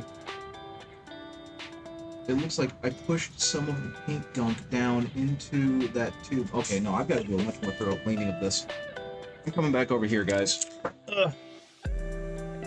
There's actually like paint gunk stuck inside the tube there, so I've actually got to do a more thorough cleaning of this. Okay, where are my cleaning tools at? Where are my cleaning tools? Where did I put my clean? There they are.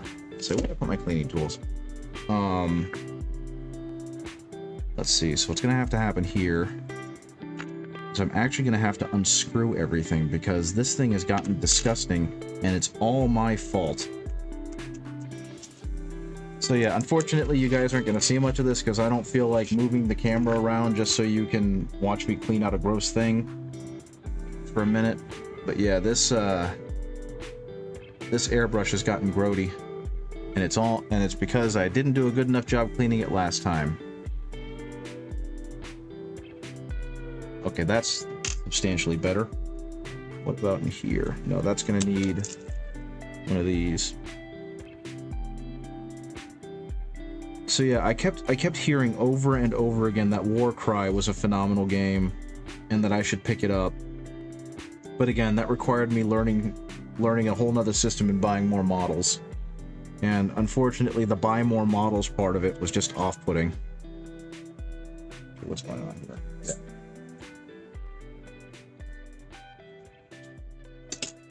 Okay, now I've got to undo this entire setup. Treat your brush better than I do, or your brushes better than I do, guys. Treat your airbrushes better. Because I am a bad man. I do not treat my airbrushes well. Which has been one of the reasons why I haven't upgraded my airbrush. It's like, if I can't keep this one well maintained, why would I bother spending a ton of money on another one to ruin?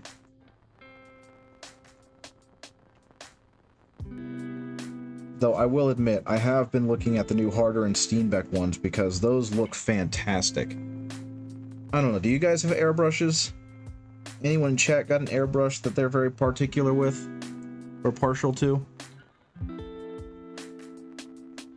Okay, that's a whole lot better. Because I do like the Badger. I am fond of this one, but I am definitely not fond of how much I've got to clean it up and how imprecise it is at the scale that I'm trying to work at. I mean, that's okay. If you don't have one, you don't have one. Shouldn't have to apologize for that, but I understand. Oh, yeah, you have gotten grody, my friend.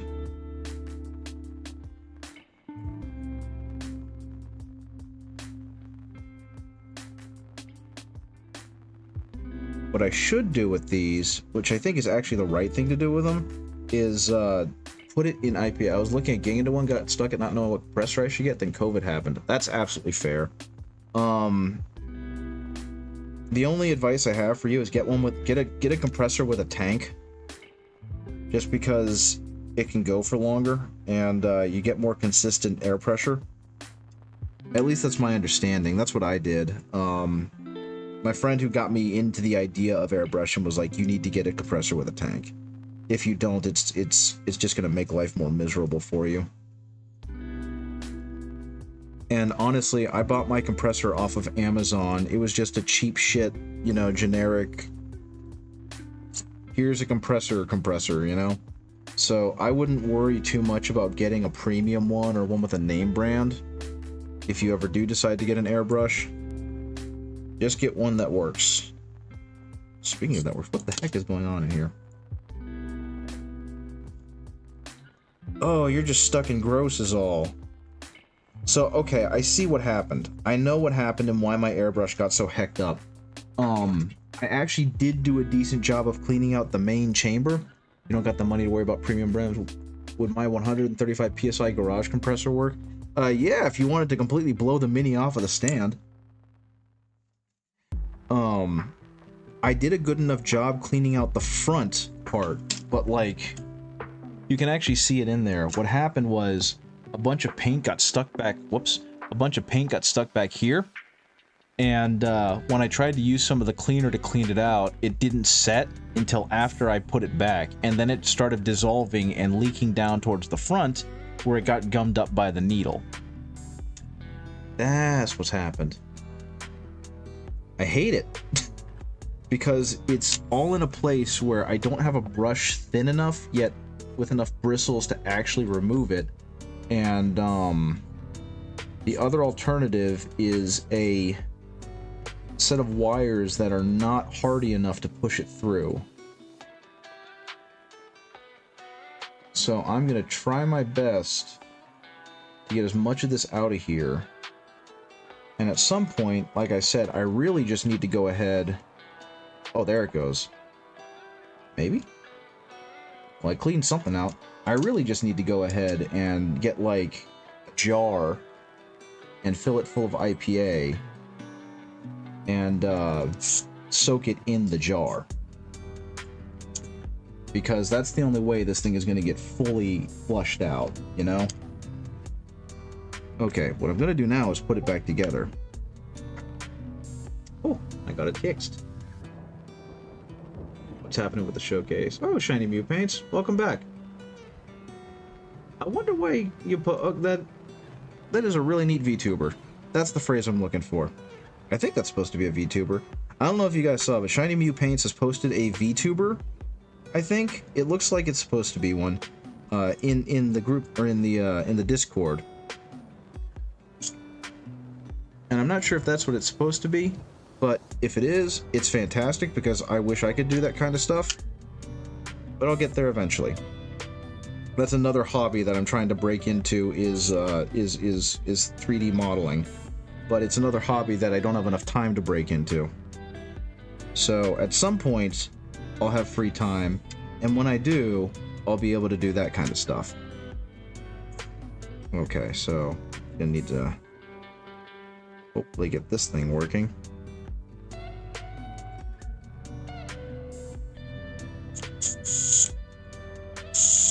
Higher? Okay, I think that's good enough. And of course I did this backwards, putting everything back together.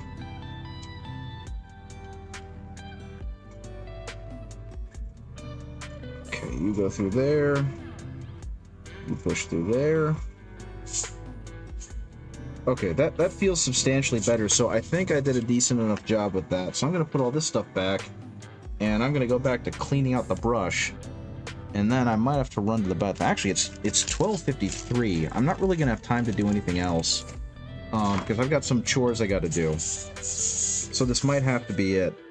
I'm going to go ahead and finish cleaning this out, and then we'll see what we can do from there. See if there's anyone that I can raid. Let's get some more IPA in there. Let's. No, it's missing. I'll just have the IPA for that.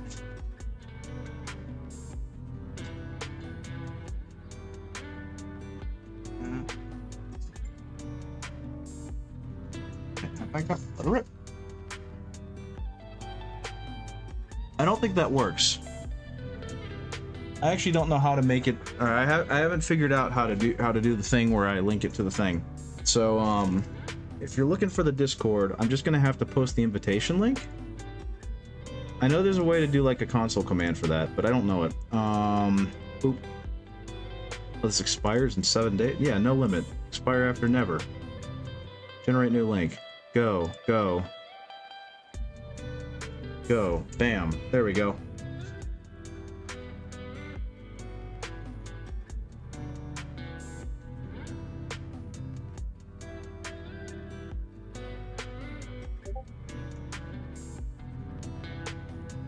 Okay, fantastic. Got that working. Let's see. Okay, so got all of these guys built and ready to go for when I can start slap chopping them. I've got this guy all primed up and ready to go for whenever I decide to paint him up. It's been quite a day. I started later than I wanted to, but that's okay because I spent most of the morning frantically trying to build a new Magic the Gathering deck because I got inspiration. I don't know if you guys play Magic, but I've had a Jeskai deck for a long time, a red, white, blue deck, and it's always kind of done the same thing. And while it is fairly high level and can win really quickly, it's not fun to do the same thing every single time, at least not for me. So I took it apart, and I'm now using Marneus Calgar from the Warhammer deck as my new commander. And so I'm building, like, I'm on the process of building a new one. I spent some money over the weekend, and now I've got some cards to pick up on Wednesday. But yeah, and I also bought the Karlach secret lair that they did, so I'm building a deck with her as well. And so I spent, like, from about 8 o'clock until I think 9:30 or 10, just going through all of my years of Magic the Gathering cards and trying to figure out where everything was, because I haven't organized it in like 3 years. But yeah, that's what I was doing. So that's why I was late today. Otherwise, I probably would be done with these rats by now, completely. That being said, though, I think it's time for me to go. I've been here for about 2 hours, which feels fair.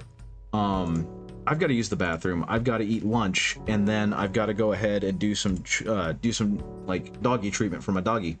So who can we send you off to?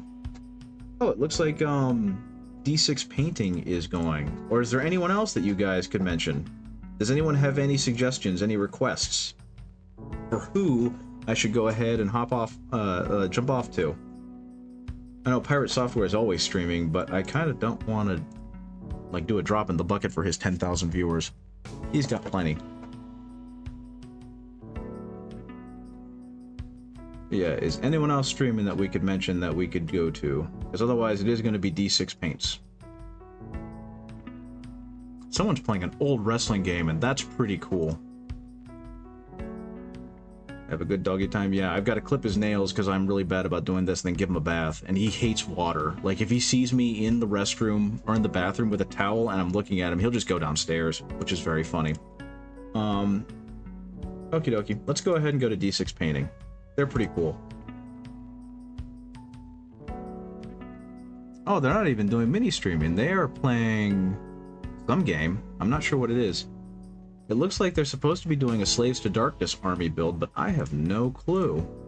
I'm gonna wait for this commercial to finish, but we're gonna go ahead and /raid D6 Painting. I think that's the full name. Yep. Okay. Bam.